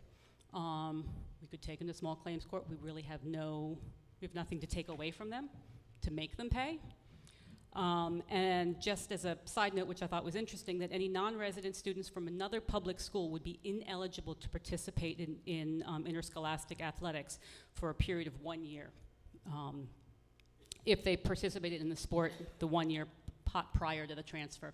And the reason they do that is they don't want schools to have tuitions to, up their basketball team, come here, like have 5 kids come here for a year. If they really want to go to that school, they have to wait a year and then they can play. So I thought that was kind of interesting. So that is basically non-resident tuition in a nutshell. Miss Allison, can you tell us a little bit about the number of students at Ontura who have either 504 or IEP plans? Just an approximate number. I believe we are around the 250 mark with everybody that has a plan. 250 total for the district. So approximately 1/4 of our students are currently have either 504s or IEPs. That is correct. Ms. LeClaire, can you tell us approximately the cost per student that the taxpayers in Ontario are currently paying per student? Over $60,000. So that would be a difference of almost $35,000? Yeah. Okay. Does anyone else have questions? Trustee Sherry, can I just add Please. also, just looking into this a bit more, so for many of our students in district, we're able to get some aid, state aid on students that have an IEP. For students that were tuition that have an IEP, they would not be aidable. So just So to be clear, if a student who lives in the Ontario district has an IEP, some of that is aidable from New York State? Yes, through IDEA, yes. But if we were to take in a student from another district, that would not be aidable? That is correct. What do you think, I don't want to put you on the spot, but what do you think is the highest amount that we are currently paying for a child with an IEP currently? $300,000. Did you say 300? Yes. So if a child were to come into the district and the administrators deemed that it was a good fit and that the child would be able to be a student in the Ontario district, and midway through, let's say 7th grade, because that's when we see a lot of IEPs, that child had some kind of a traumatic injury or something changed dramatically in their life, we would be required to provide that child with the highest level of service that we could. Is that correct? Unless there was a caveat in terms of our tuition agreement that said that we wouldn't be providing special education services. However, I want to say that that would probably be very difficult and that it puts us in a really bad situation legally, and I don't think our hearing officers would look kindly upon that. But depending on the services that they would need, you're talking about if they need paraprofessional support, a teaching assistant, or a aide. If you're talking about BOCE services like a teacher of the visually impaired or a teacher of the deaf, if you're looking at reading support or OT or PT, depending on the frequency and duration of those services and the time that would take, it could be looking at our salaries and looking at all that, it could be a very costly impact. Well, understanding too that if we get students actually moving into the district who require those services, and we have tuitioned students that require those services, we may have to get additional staff. Trustee Story. when you have pros as additional revenue, but that's really not true if somebody doesn't pay. That's True. it, that's, you know, and which I was on the board when I voted to get rid of this policy. And that was one of the things that we had students come in here and for tuition, and parents didn't pay. We had to still accept them because they were still registered in our district, but parents didn't pay. But understanding that is why schools do it. That is the only pro to doing it, is additional revenue. But if they don't pay, it's Correct. It's a negative, Yeah. because then we're using Correct. our lawyers to get the money back. Yeah. I just got a question here with the tuition rate comparisons. Every other district has the K-12. For us, we have 26,517, and for 7 through 12, it's 22,000 and change. All other schools that are here are reversed, where it's elementary, in Ontario, elementary costs more than a high school, where Well, other schools, can it you go- explain that? It goes back to our very low class sizes. Our very low class sizes, and as I mentioned, when we talk about having 30% of our staff potentially retiring in the next 5 to 10 years, they are very senior staff, so they get paid very well. And when you have 14 kids in a class and you have a teacher making over $100,000 a year, it's very different than in Rondout and Red Hook that have, 23 kids in a class with a teacher maybe making $75,000 a year. In the high school, we're more even because, the class sizes depends on what the kids want to take for an elective. It's a little more fluid. So. I would venture to say that we also have more literal facilities, K-6, than any of the other districts. Agreed. Trustee Lynch. Thank you so much for putting this on the agenda. I appreciate it. I have a few questions. Big question, actually. I remember you saying district lines are set by SED. Is that correct? Yeah, and that Yes. those don't change based on demographics. Is Nope. that correct? They do not. What would make them change? Is there anything that we know? Nothing will ever make them change. Schools can agree to merge, and some schools have, some schools have tried. There actually is a process that we researched a long time ago when there were families over the course of the years, maybe 2 or 3, who lived in the Kingston district but right at the edge of Onteora. And the process includes our board has to agree to switch the boundary. The other board has to agree to switch the boundary, and then I believe the BOCES has to approve it and SED has to approve it. But if you are trying to take a property from another district, they are going to lose that tax revenue, and we've never encountered a board who was willing to do that. Sure. Yeah, that makes sense. Okay.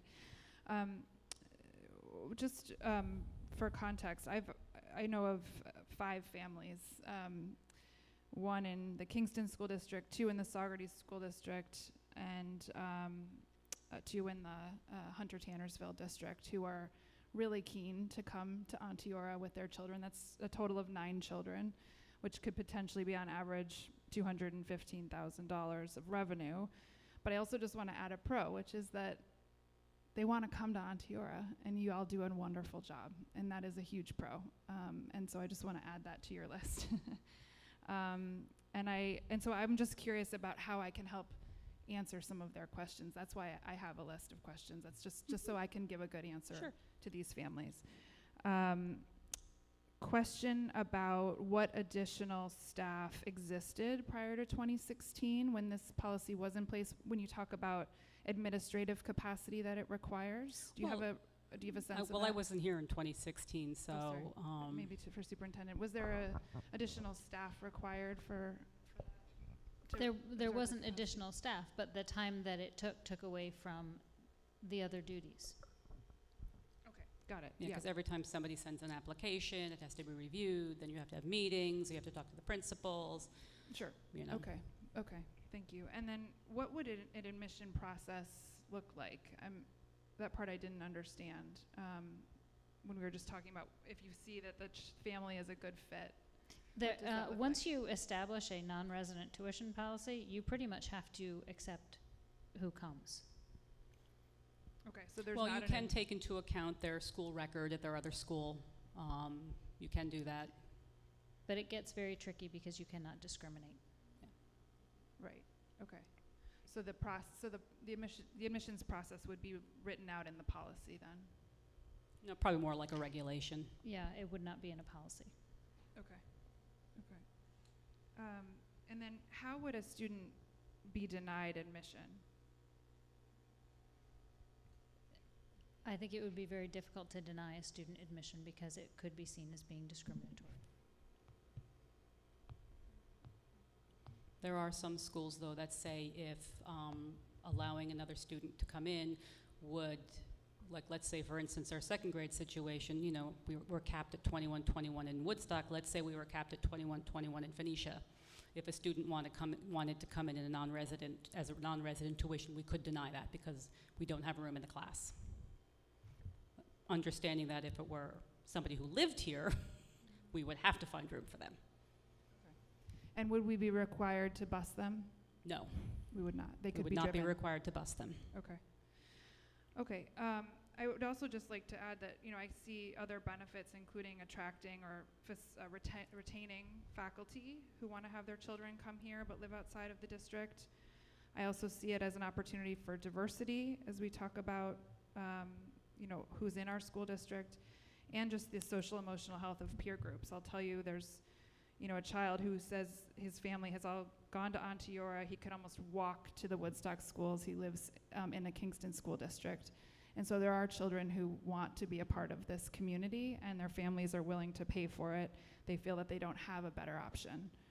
So I just want to put that out for others to consider, because I think there are plenty of good reasons. Thank you for taking the time to explain it to us. But it's hard when you're looking at a family who's willing to pay, who have bright children who would make huge contributions to the school and to the community, who live in our community, frankly, and participate in our Girl Scout groups and our soccer groups and all the things. I completely understand. So I just want to make sure that we're also just thinking holistically. But about understanding that we also have a lot of taxpayers that we need to listen to as well, who don't have children or who are retired, and you know, so my job, I have to, you know, I love the children. My job is to watch out for the children, but my job is also to watch out for the taxpayers. Trustee Bishop. I think that, honestly, I feel like bringing students in whose parents can afford to pay tuition is the opposite of diversity. I don't see that as adding to the diversity in our district. I see that as, you know, it's great for those children, but like Assistant Superintendent LeClaire was saying, it is a burden on our taxpayers who are paying $65,000 per student, and those parents would be paying, you know, $25,000, let's say, and you know, what if there was a family that was living just outside the district in Woodstock or Phoenicia, and their children wanted to come to school here, but their parents can't afford $25,000 per child?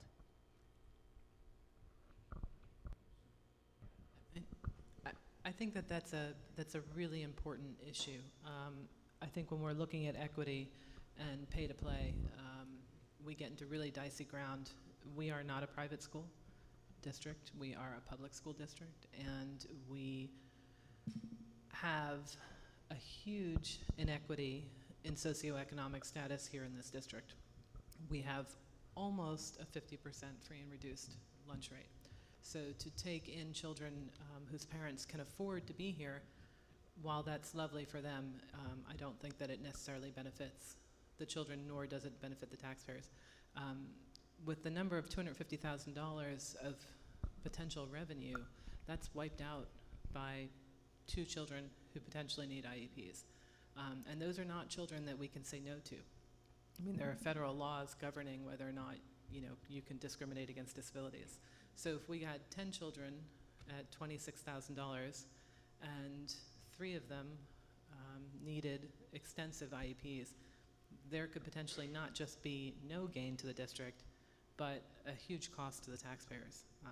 And I don't think that we can ignore that. and I also, the idea of Ontiora becoming,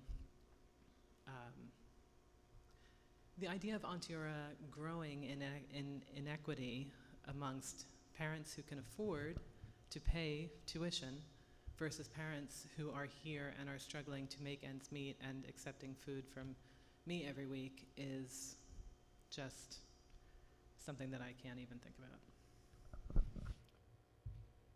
I just want to say thank you. I so appreciate that, and I didn't mean diversity only by socioeconomic status. Thanks. I think it's just worth reiterating the point that that was made, that even though we may gain, say, $25,000 in tuition, if each student actually costs us far more than that, then every student that we accept is actually, we're losing money on, which is an unfortunate situation to create. Right, I mean, that's a $35,000 per student difference just off the bat. Trustee Mitchell-Morrell? Does the 60,000 include busing, though? Yeah, that includes everything. So it's maybe 57, 55. Okay. Also, like, why wouldn't increased enrollment be considered a pro in this situation? Well, yeah, increased enrollment would be great if the kids lived here, but you're talking about increased enrollment where taxpayer money is being used to educate non-district residents. So our teachers and our staff are now spending time educating and working with students, but those students don't live in our district. And our number one priority, we are the Ontario Central School District, our number one priority is to educate the students that live in our district.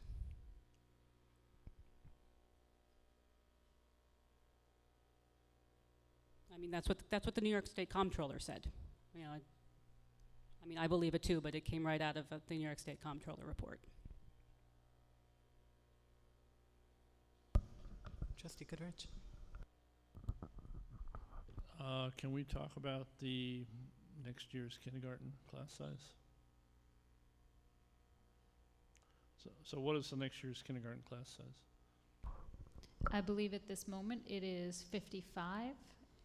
We did have an inquiry from one other family who is moving, potentially moving from across the country.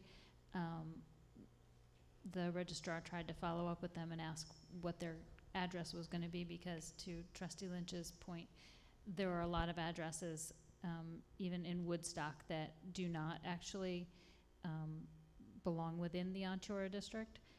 We didn't get a response yet, so if they do come and they do have an address within our district, it will be 56.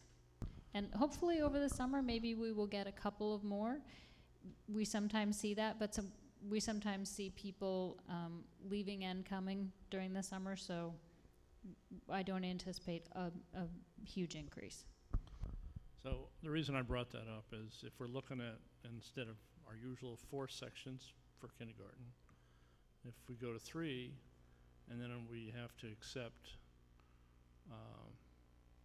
people from outside the district, then maybe we would be full up, right? If we had 3 sections. It is possible, yeah. Yeah, okay, thank you. Any other trustees have questions? Trustee Story? This goes along with what Trustee Goodrich just said about, you know, the kindergarten population. I may have mentioned this at the last board meeting, and I don't remember if I did or not, but I recently was told there's 250 Airbnbs, at least like 195, but closer to 250 just in the town of Shandaken. That is 250 homes that we won't have students living in. And when I was told that, that was like very shocking to me, because that made an impression to me that there's 250 homes that we don't have first responders or EMS or fire people. So I'd love everybody to come in and moved into the district to raise our enrollment, but where are they going to live?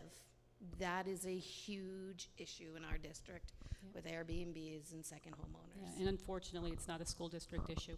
Exactly. Our job is to educate the kids. You know, that's really a town issue, you know, and so.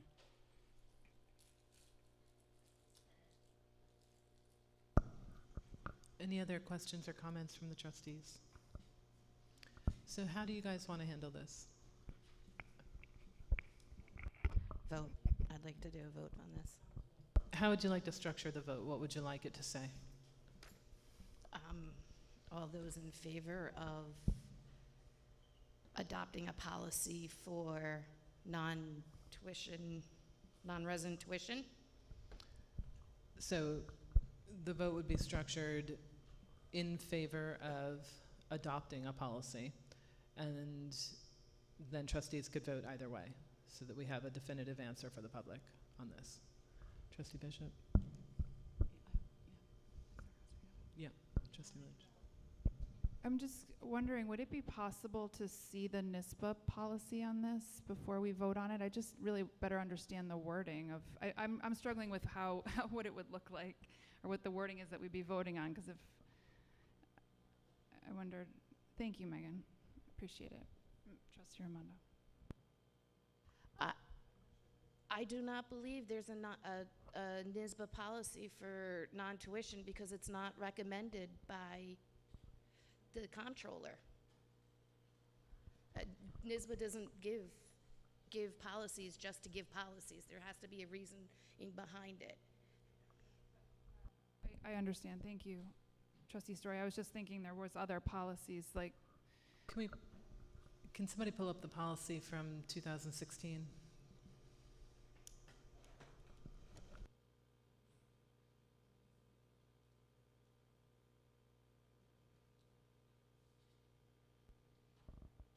Are you looking for it, Assistant Superintendent Leclerc?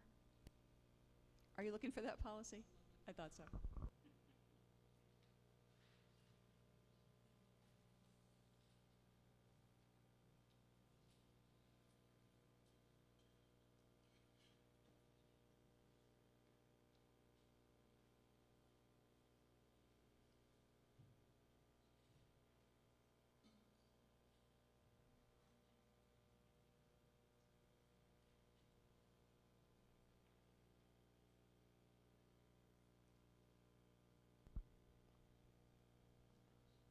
Would you like it read? It's lengthy.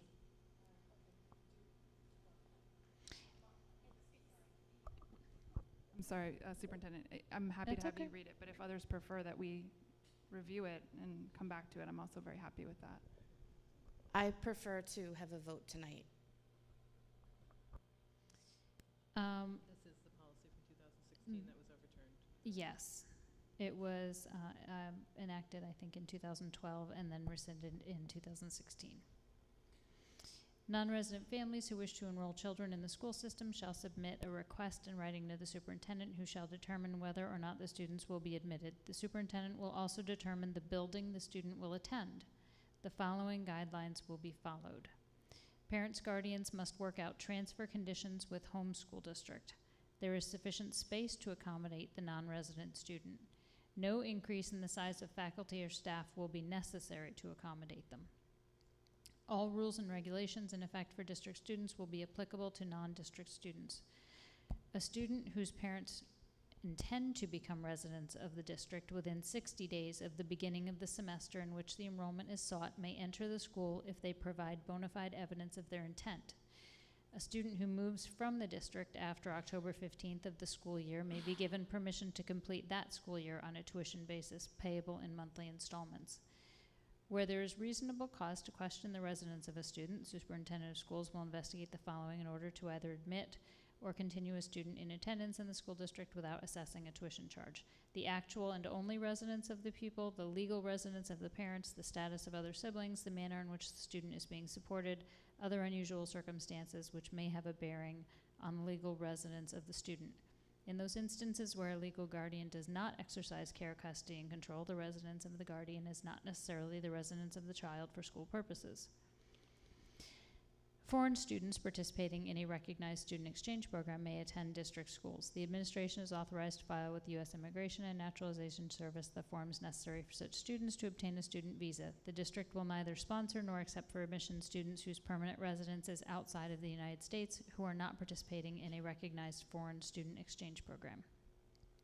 In all cases described above, and any unusual circumstances not covered above, a written request must be submitted to the superintendent. Non-resident students may use the district transportation provided that there will be no additional cost to the district. There is an existing bus stop and the bus has space for the non-resident student. Tuition may be charged to families of non-resident students in accordance with formulas approved by the State Education Department.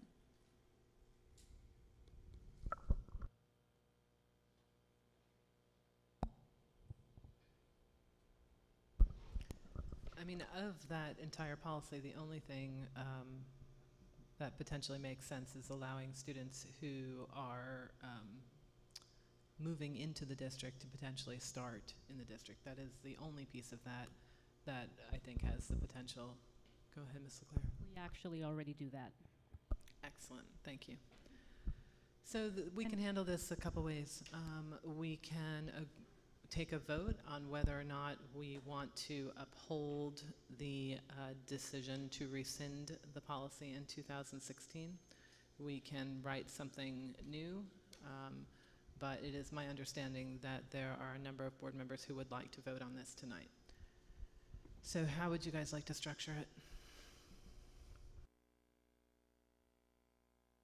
Trustee Mitchell-Morrell.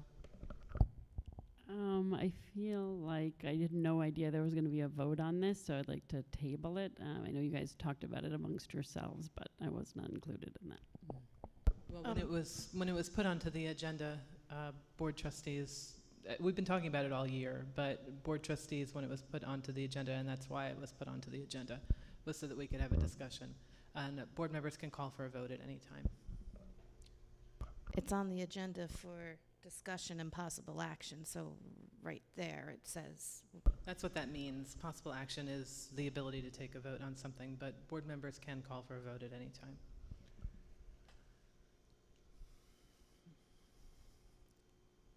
Anyone else? What do you guys want to do? Trustee Story, I know you'd like to take a vote. Trustee Raimondo, Trustee Bishop. Yes, Trustee Lynch. I was just gonna ask the chair of our policy committee, Cindy, how you feel about it, but I would also be happy to dedicate some of our time together to make it. I have really strong discussion. feelings about it. Okay, great. Thank you. Honestly, I know we're not voting right now, but I cannot condone, honestly, personally, I cannot condone as a board trustee in this district expecting taxpayers here to pay $35,000 extra so that a parent who can afford tuition can pay $25,000 to send their child here. So it's just, it's like I said before, it's the opposite of diversity, it's the opposite of equity. And it's a very high expectation to put on our taxpayers. Like, I don't like saying to anybody in this room that I'm asking them to donate that kind of money to the district so that we can bring a handful of students in at a discount price when our taxpayers are paying, around $60,000.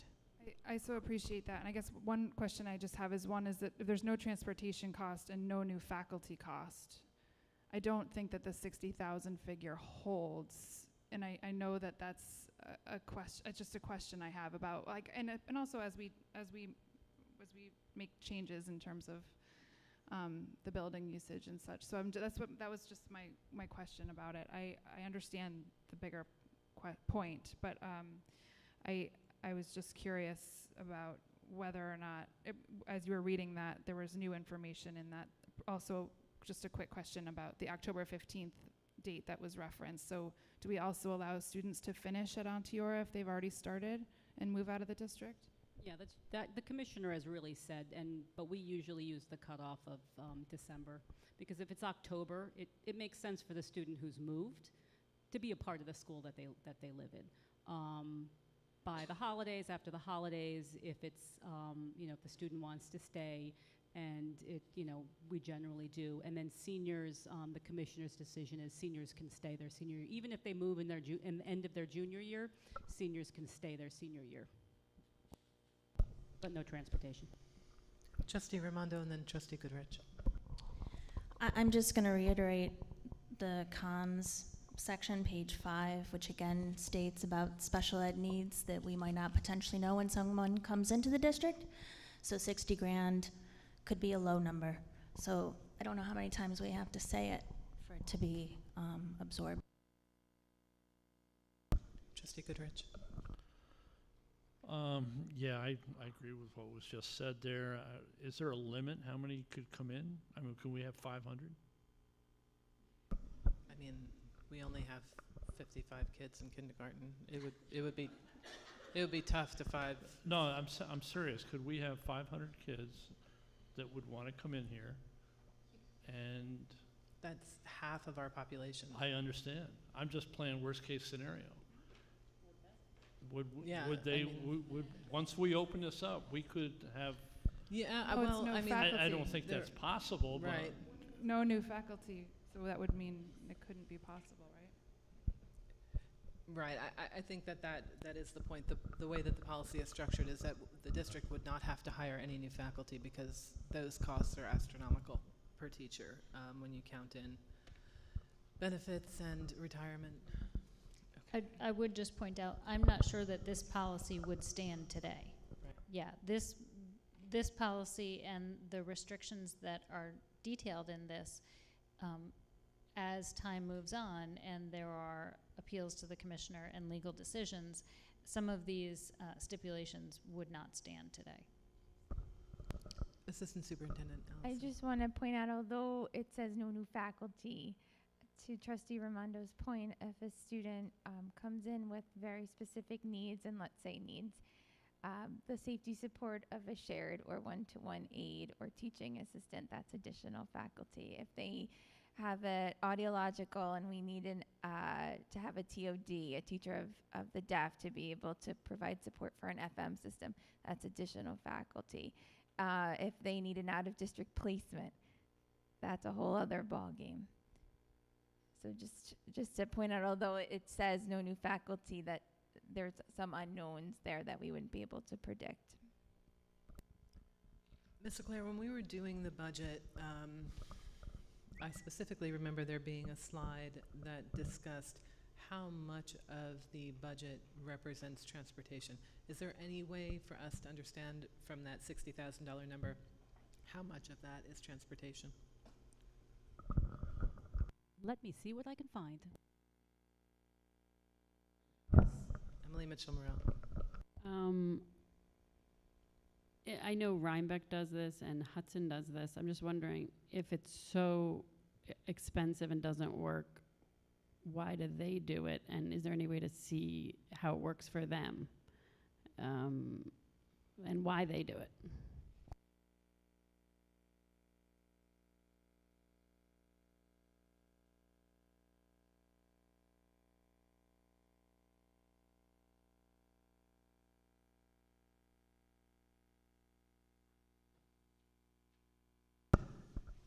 I will just say that the superintendent has had conversations with other districts that are doing this currently, and while they may be doing it, it is not necessarily working in their favor. And you know, it is that is just the overall feedback that they provided, and we did this a couple of months ago when the superintendent reached out to other superintendents to have that discussion. And the overarching comment back was that they had actually very few students who were taking advantage of it. Many of them were teachers' children, and that they were not actually seeing a benefit or a positive increase in enrollment or tuition. Trustee Story. Also, the Rhinebeck taxpayers aren't footing the $35,000 extra. You've got to understand that, remember, Ontier is very expensive. There's $35,000 that a tuition paid student that's going back on our taxpayers. Off the top of my head, I do not remember what the price for Rhinebeck's students, but it's a drastically less than what Ontier pays. Yeah, that's a very good point. I have that number for you. Thank $4,500. So transportation costs of that $60,000 are approximately $4,500 per student. So then we would be looking at almost 55,000 per student instead of 60. So even if we drop that number down, we're still looking at another $30,000 per student, correct me if I'm wrong, cost to the taxpayer. Okay. Trustee Story. I think it's important to remind the trustees that one of our responsibilities is our fiduciary responsibility to the taxpayers. And right there, that's not, we have to do the right thing for all of our taxpayers.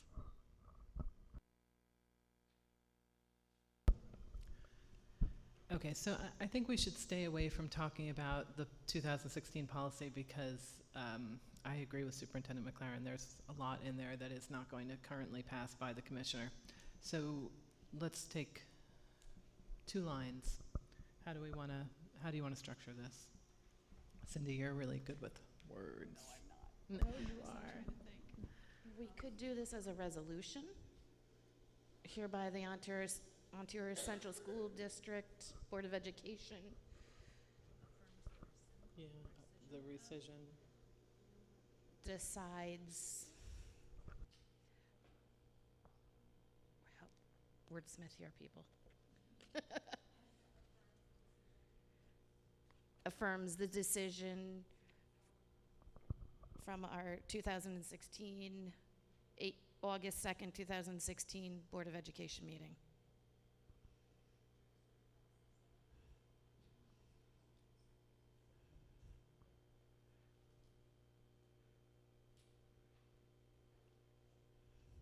Okay, who wants to call for a vote? Trustee Story? I'll first it. Second? Trustee Armando? Questions or comments?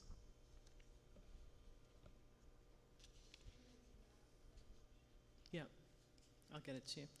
Hereby, the Ontario CSD affirms the decision of 8/2/2016 to rescind policy 7131. I've got a first from Trustee Story, a second from Trustee Raimondo. No questions or comments? Trustee Lynch. Just a comment that I really appreciate the in-depth conversation, and it really helps make sound decisions. Terrific, thank you. Trustee Mitchell-Morell. Abstain. You can abstain. It's a yes or a no? Nay. Okay, thank you. Trustee Goodrich? Yay. Trustee Lynch? Yay. Trustee Raimondo? Yay. Trustee Story? Yay. Trustee Bishop? Aye. District Clerk, that's a 6-1 in favor of affirming the decision to rescind policy 7131.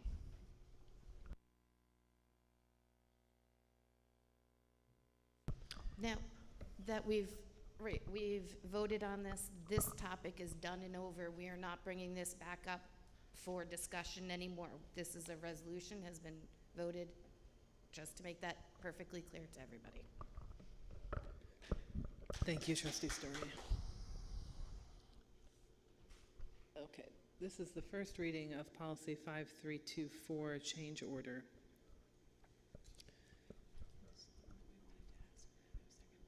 Right, yeah. So I'm going to read it once. Yeah. All right, we're going to read through this, and with limits as defined below, the superintendent is authorized to approve change orders for capital projects subject to the following. A, change orders which result in a net decrease in the contract amount which may be authorized by the superintendent. B, change orders which result in a net increase in the contract amount of $50,000 or less may be authorized by the superintendent. Change orders which result in a net increase in the contract amount of greater than $50,000 shall require prior approval by the Board of Education, unless such prior approval is not practicable. In the event prior approval is deemed impractical by the superintendent, no approval to proceed shall be authorized until the superintendent has conferred with the board president and forwarded a notice to the board that the superintendent is issuing an authorization of the change order. change orders that result in no net increase or decrease to the contract because they are included as part of the allowance may be approved and authorized by the Director of Facilities with agreement by the Assistant Superintendent for Business. Whenever change orders are authorized by the superintendent, the log of such change orders shall be provided to the Board of Education in the next construction report. Does anyone have questions about change orders? Does everyone currently a board trustee know what a change order is? Okay, so I'm going to make a motion to waive the second reading of policy 5324, change order. May I have a first, please? Trustee Story, second. Trustee Bishop, questions or comments? All in, oh, go ahead. I did ask Assistant Superintendent Leclerc in an agenda setting if you would just explain why we need to do this quickly. So because the project that we're doing this summer is 100% funded by the CRISA and ARP grants, the COVID relief funds, the money for CRISA must be spent by the end of September. We do not have time, and unfortunately we only have 2 board meetings in the summer. So if we needed to have a change order and we had to wait till the next board meeting, that would be August. And the project would be stalled until the board could approve. So it would either be the project stalled or we'd be holding a lot of emergency meetings. And, you know, we picked the $50,000 because that's what we currently have for the budget transfers as well. So that's why we kind of thought that was a good dollar amount.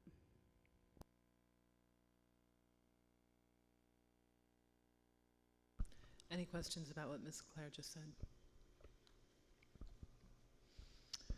Okay. Trustee Mitchell-Morrell? Yay. Trustee Goodrich?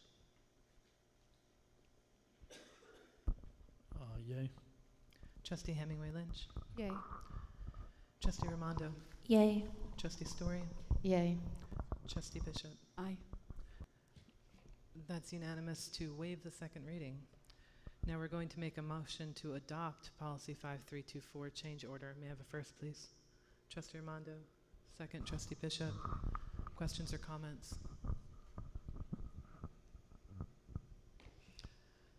Okay, Trustee Mitchell-Morrell? Yay. Trustee Goodrich? Yay. Trustee Hemingway Lynch? Yay. Trustee Raimondo? Yay.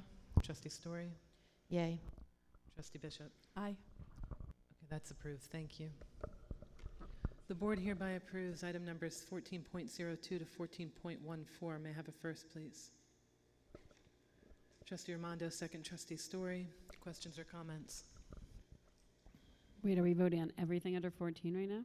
Everything from 14.02 to 14.14. Okay, I just have a couple of questions. What's that? Questions? Yeah, of course. Okay. This is nothing personal against Victoria at all. I'm just curious, is it standard to give benefits if someone resigns rather than retires?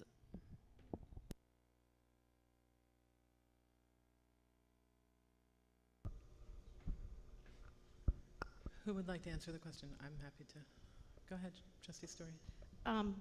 Recently there was a superintendent in a area school district that worked for 6 weeks, and it is getting paid a year and a half worth of salary and getting, I believe it's 87% of their insurance premiums being paid out. Hold on one moment, I've got all the, for 6 weeks of work, she's getting $187,000, I think, for 6 weeks of work. So this is something that's actually going to, putting this clause in saves the school district money. Yeah, I mean, it is very commonplace, and it is particularly relevant in, I don't like to speak about Victoria as if she's not sitting here, but I need to remind the district that we've had 13 superintendents in the last 19 years, which has led to some very serious culture and climate issues here at Ontura. It is incumbent on the taxpayers and the district and the Board of Education to ensure continuity. And there is absolutely no reason that Superintendent McLaren, who had an excellent evaluation this year, would not be given the same protections that other superintendents in the area are being given, and throughout the Hudson Valley and actually throughout much of New York State. It is in your best interest as the Board of Education to do everything that you can to ensure continuity of this particular administration. There's a lot riding on it. And for those of us who have been in the district for a long time, we can speak to the absolute difficulties that it has caused the children of the district to have gone through so many superintendents as a direct result of the Board of Education. So I think it's an imperative, actually, that Superintendent McLaren's contract is protected to give her an incentive to stay, because she doesn't have a huge one. I'd like to also say that I have been very grateful to have served in this district. I think I am completing my 18th year. And can I ask another question? Can I ask another separate question? Can you just explain the change order for Phoenicia a little more? The language is a little foreign. Yes, so when the bids were originally sent out, it was over budget. So we sat down with the architects, and these again are the architects that did our 5-year plan. And basically it was equal amount of work that was supposed to be done on the heating system in Phoenicia and the heating system in Woodstock.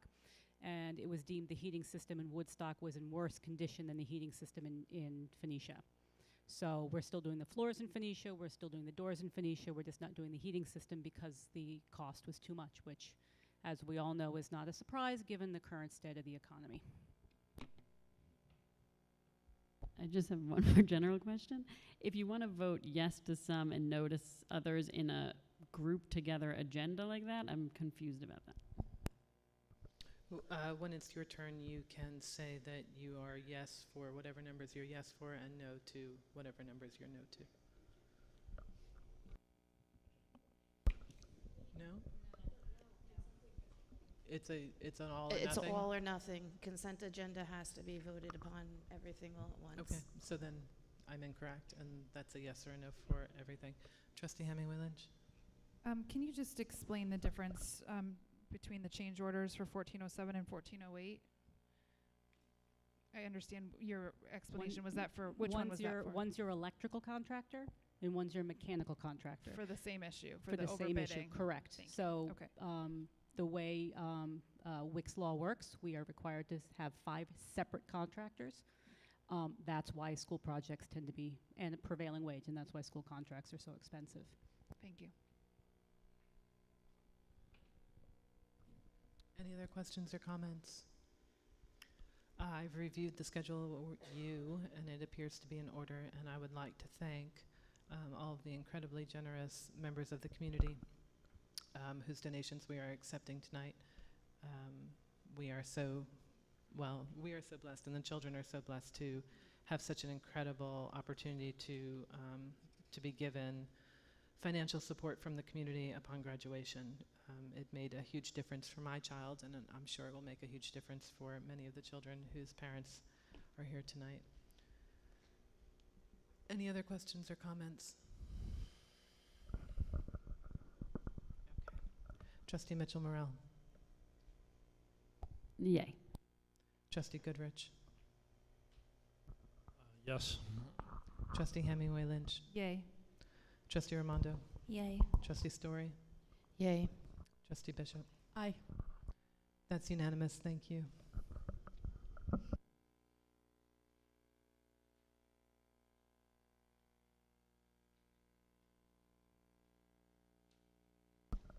The Board of Education hereby approves items 15.02 to 15.04. May I have a first? Trustee Bishop, second. Trustee Story, questions or comments? Trustee Mitchell-Morell.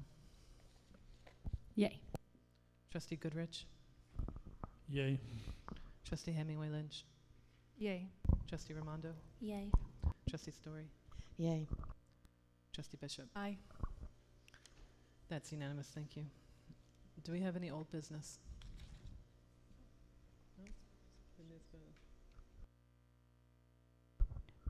No? I'm sorry, I just jumped right in there, but the NISBA resolutions need to be approved at reorg if this board wants to bring any forward, because they're due July 14th, I believe.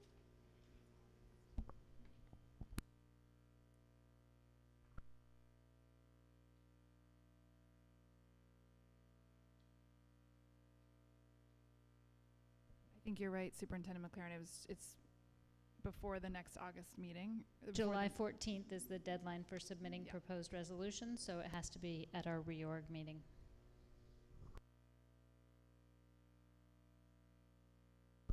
Anyone else with old business? Trustee Bishop.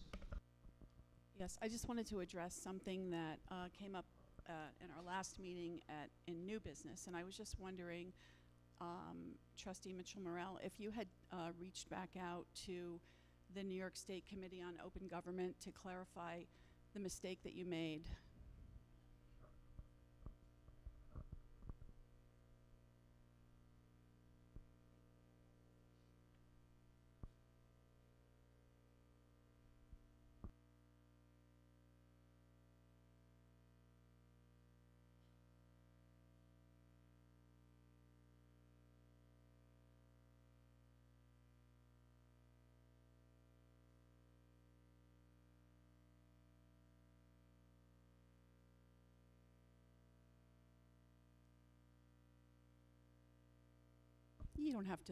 You don't have to find it and read it verbatim, but can you just paraphrase?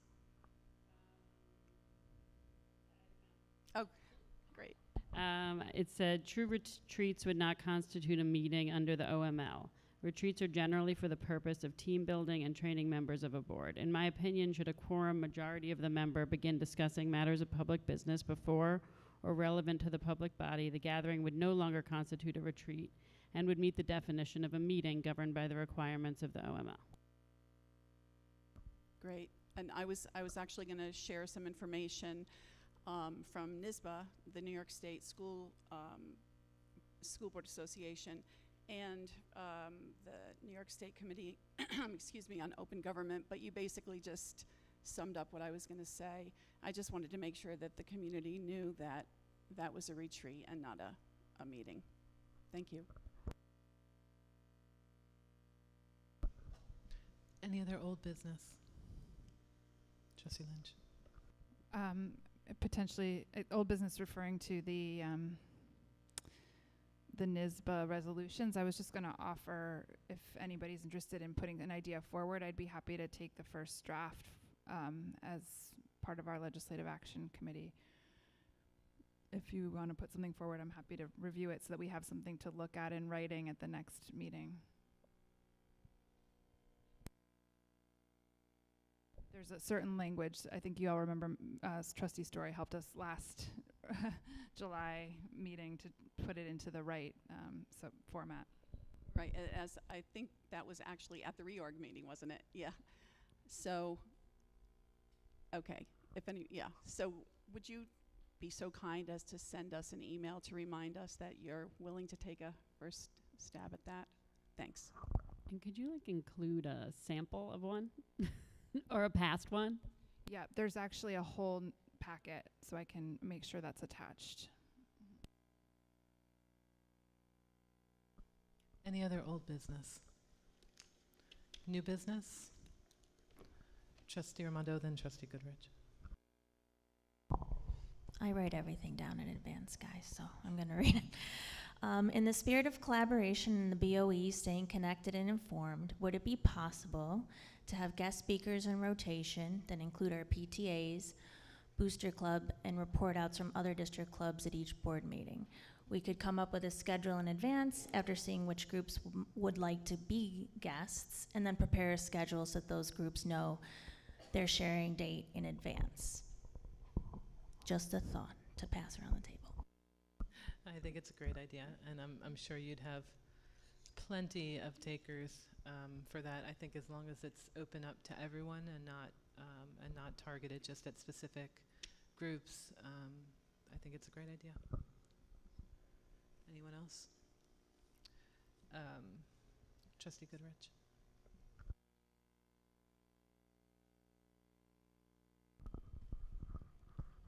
So, as a newly elected school board trustee on May 16th, I've spent many days reviewing a large volume of long-term plans, studies, videos, I started with the Bachman report that came out in December 2019, well over 3 years ago.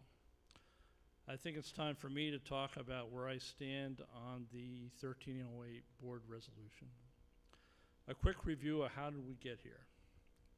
Obviously, we had declining enrollment.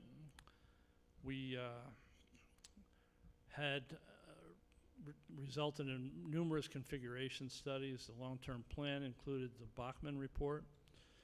That was, again, December 2019, the World Cafes, Dr. Bill Christensen's presentations, and numerous public Be Heard speakers. I listened to all those videos and all those public Be Heard people, sometimes multiple times. Anior is the only school district in New York State with 5 school buildings of this current enrollment size. The current grade configuration within 5 buildings requires the most bus runs, provides the least educational advantages, and generates the greatest occurring cost of all scenarios. That was in the Bachman report. Since nobody likes talking about closing schools, I thought let's talk first about keeping schools open, or keep the most classrooms open. Obviously, we want to keep the middle school and the high school open. That leaves 3 elementary buildings, obviously. Bennett, 22 classrooms. Phoenicia, 14 classrooms. Woodstock, 20 classrooms. The largest elementary building, Bennett, is centrally located to a majority of the students and has some of the newest classrooms of all the elementary buildings.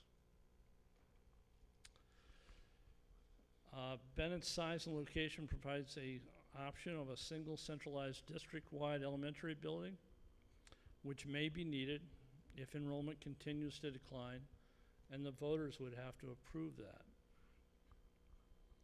This is not about one community versus another community. That's not what this is all about. This is about providing classrooms and teachers closest to where the majority of the students live. After a personal tour of Anior buildings, I realized Bennett is every bit as beautiful as Phoenicia and Woodstock. And given Bennett is the largest elementary building and it's centrally located, it makes the most sense that Bennett's 22 classrooms remain open. So we have to start there. It is my personal belief it would be difficult for any school board to justify closing Anior's largest elementary building with 22 classrooms, only to bus the majority of those students further away past Bennett to the smallest elementary building, Phoenicia, with only 14 classrooms. After looking at all the numbers, and there are a lot of numbers, there's a lot of data, and a lot of people talked for over 3 years. It's an incredible amount of volume of work done that was done over those 3 years, touring the buildings and realizing that keeping centralized Bennett open provides the most educational advantages of Anior students. I now support the long-term plan resolution passed on May 2nd. I want to compliment the school board trustees for making this difficult decision. I look forward to working on the implementation of the already approved long-term plan with all the school board trustees, Superintendent Victoria McLaren, and the Anior community. It is time for us all to work together as one team with one common goal to make Anior School District the best it can be. Thank you.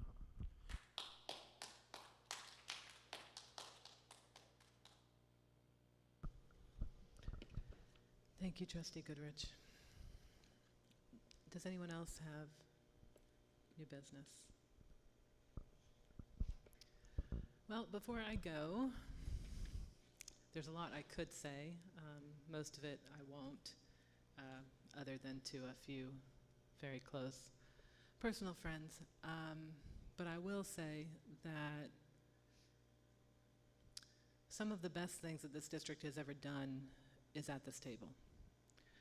bringing back Assistant Superintendent LeClaire, hiring Assistant Superintendent Amanda Allison, hiring Assistant Superintendent Stephanie Laffin, and bringing back Superintendent Victoria McLaren. This is the A-team. I come from a family of educators.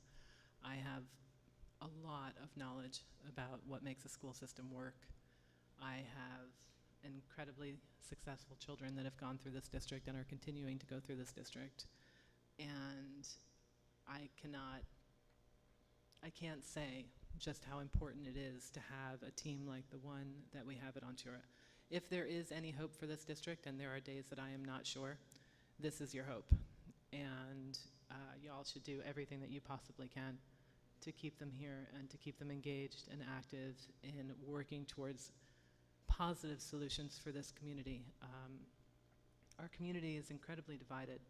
That was one of the most vicious things I've ever been involved in, and I don't wish it on anyone.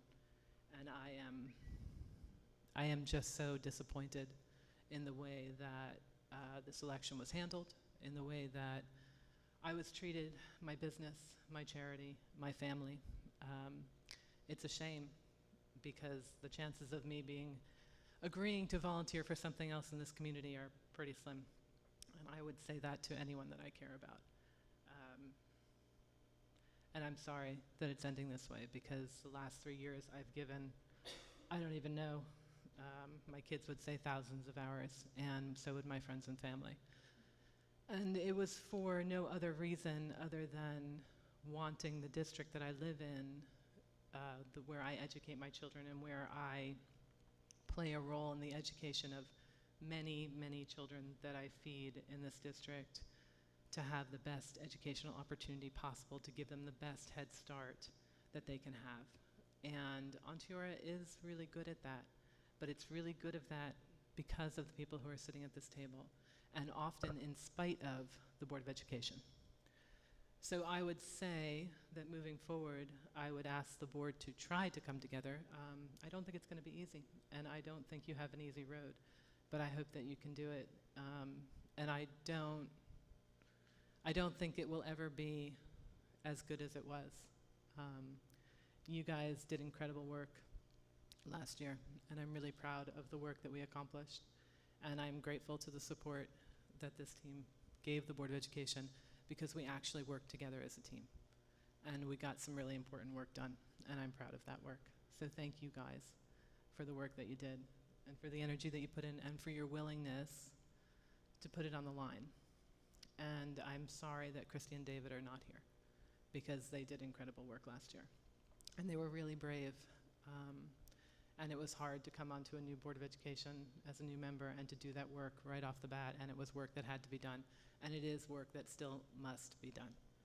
If we are going to provide an equitable education for all of the children in this district, then this district needs to reconfigure. The students say it, the teachers say it, most of the community says it. So y'all need to figure it out. And that's pretty much it. My grandmother would say, go with God.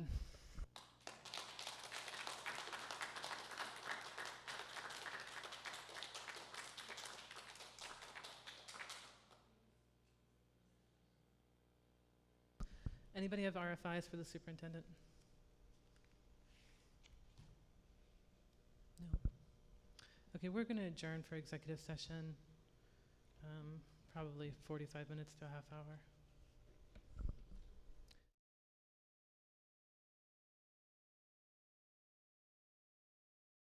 Trustee Bishop, Trustee Raimondo, questions or comments? All in favor? Okay, that's unanimous. Thank you.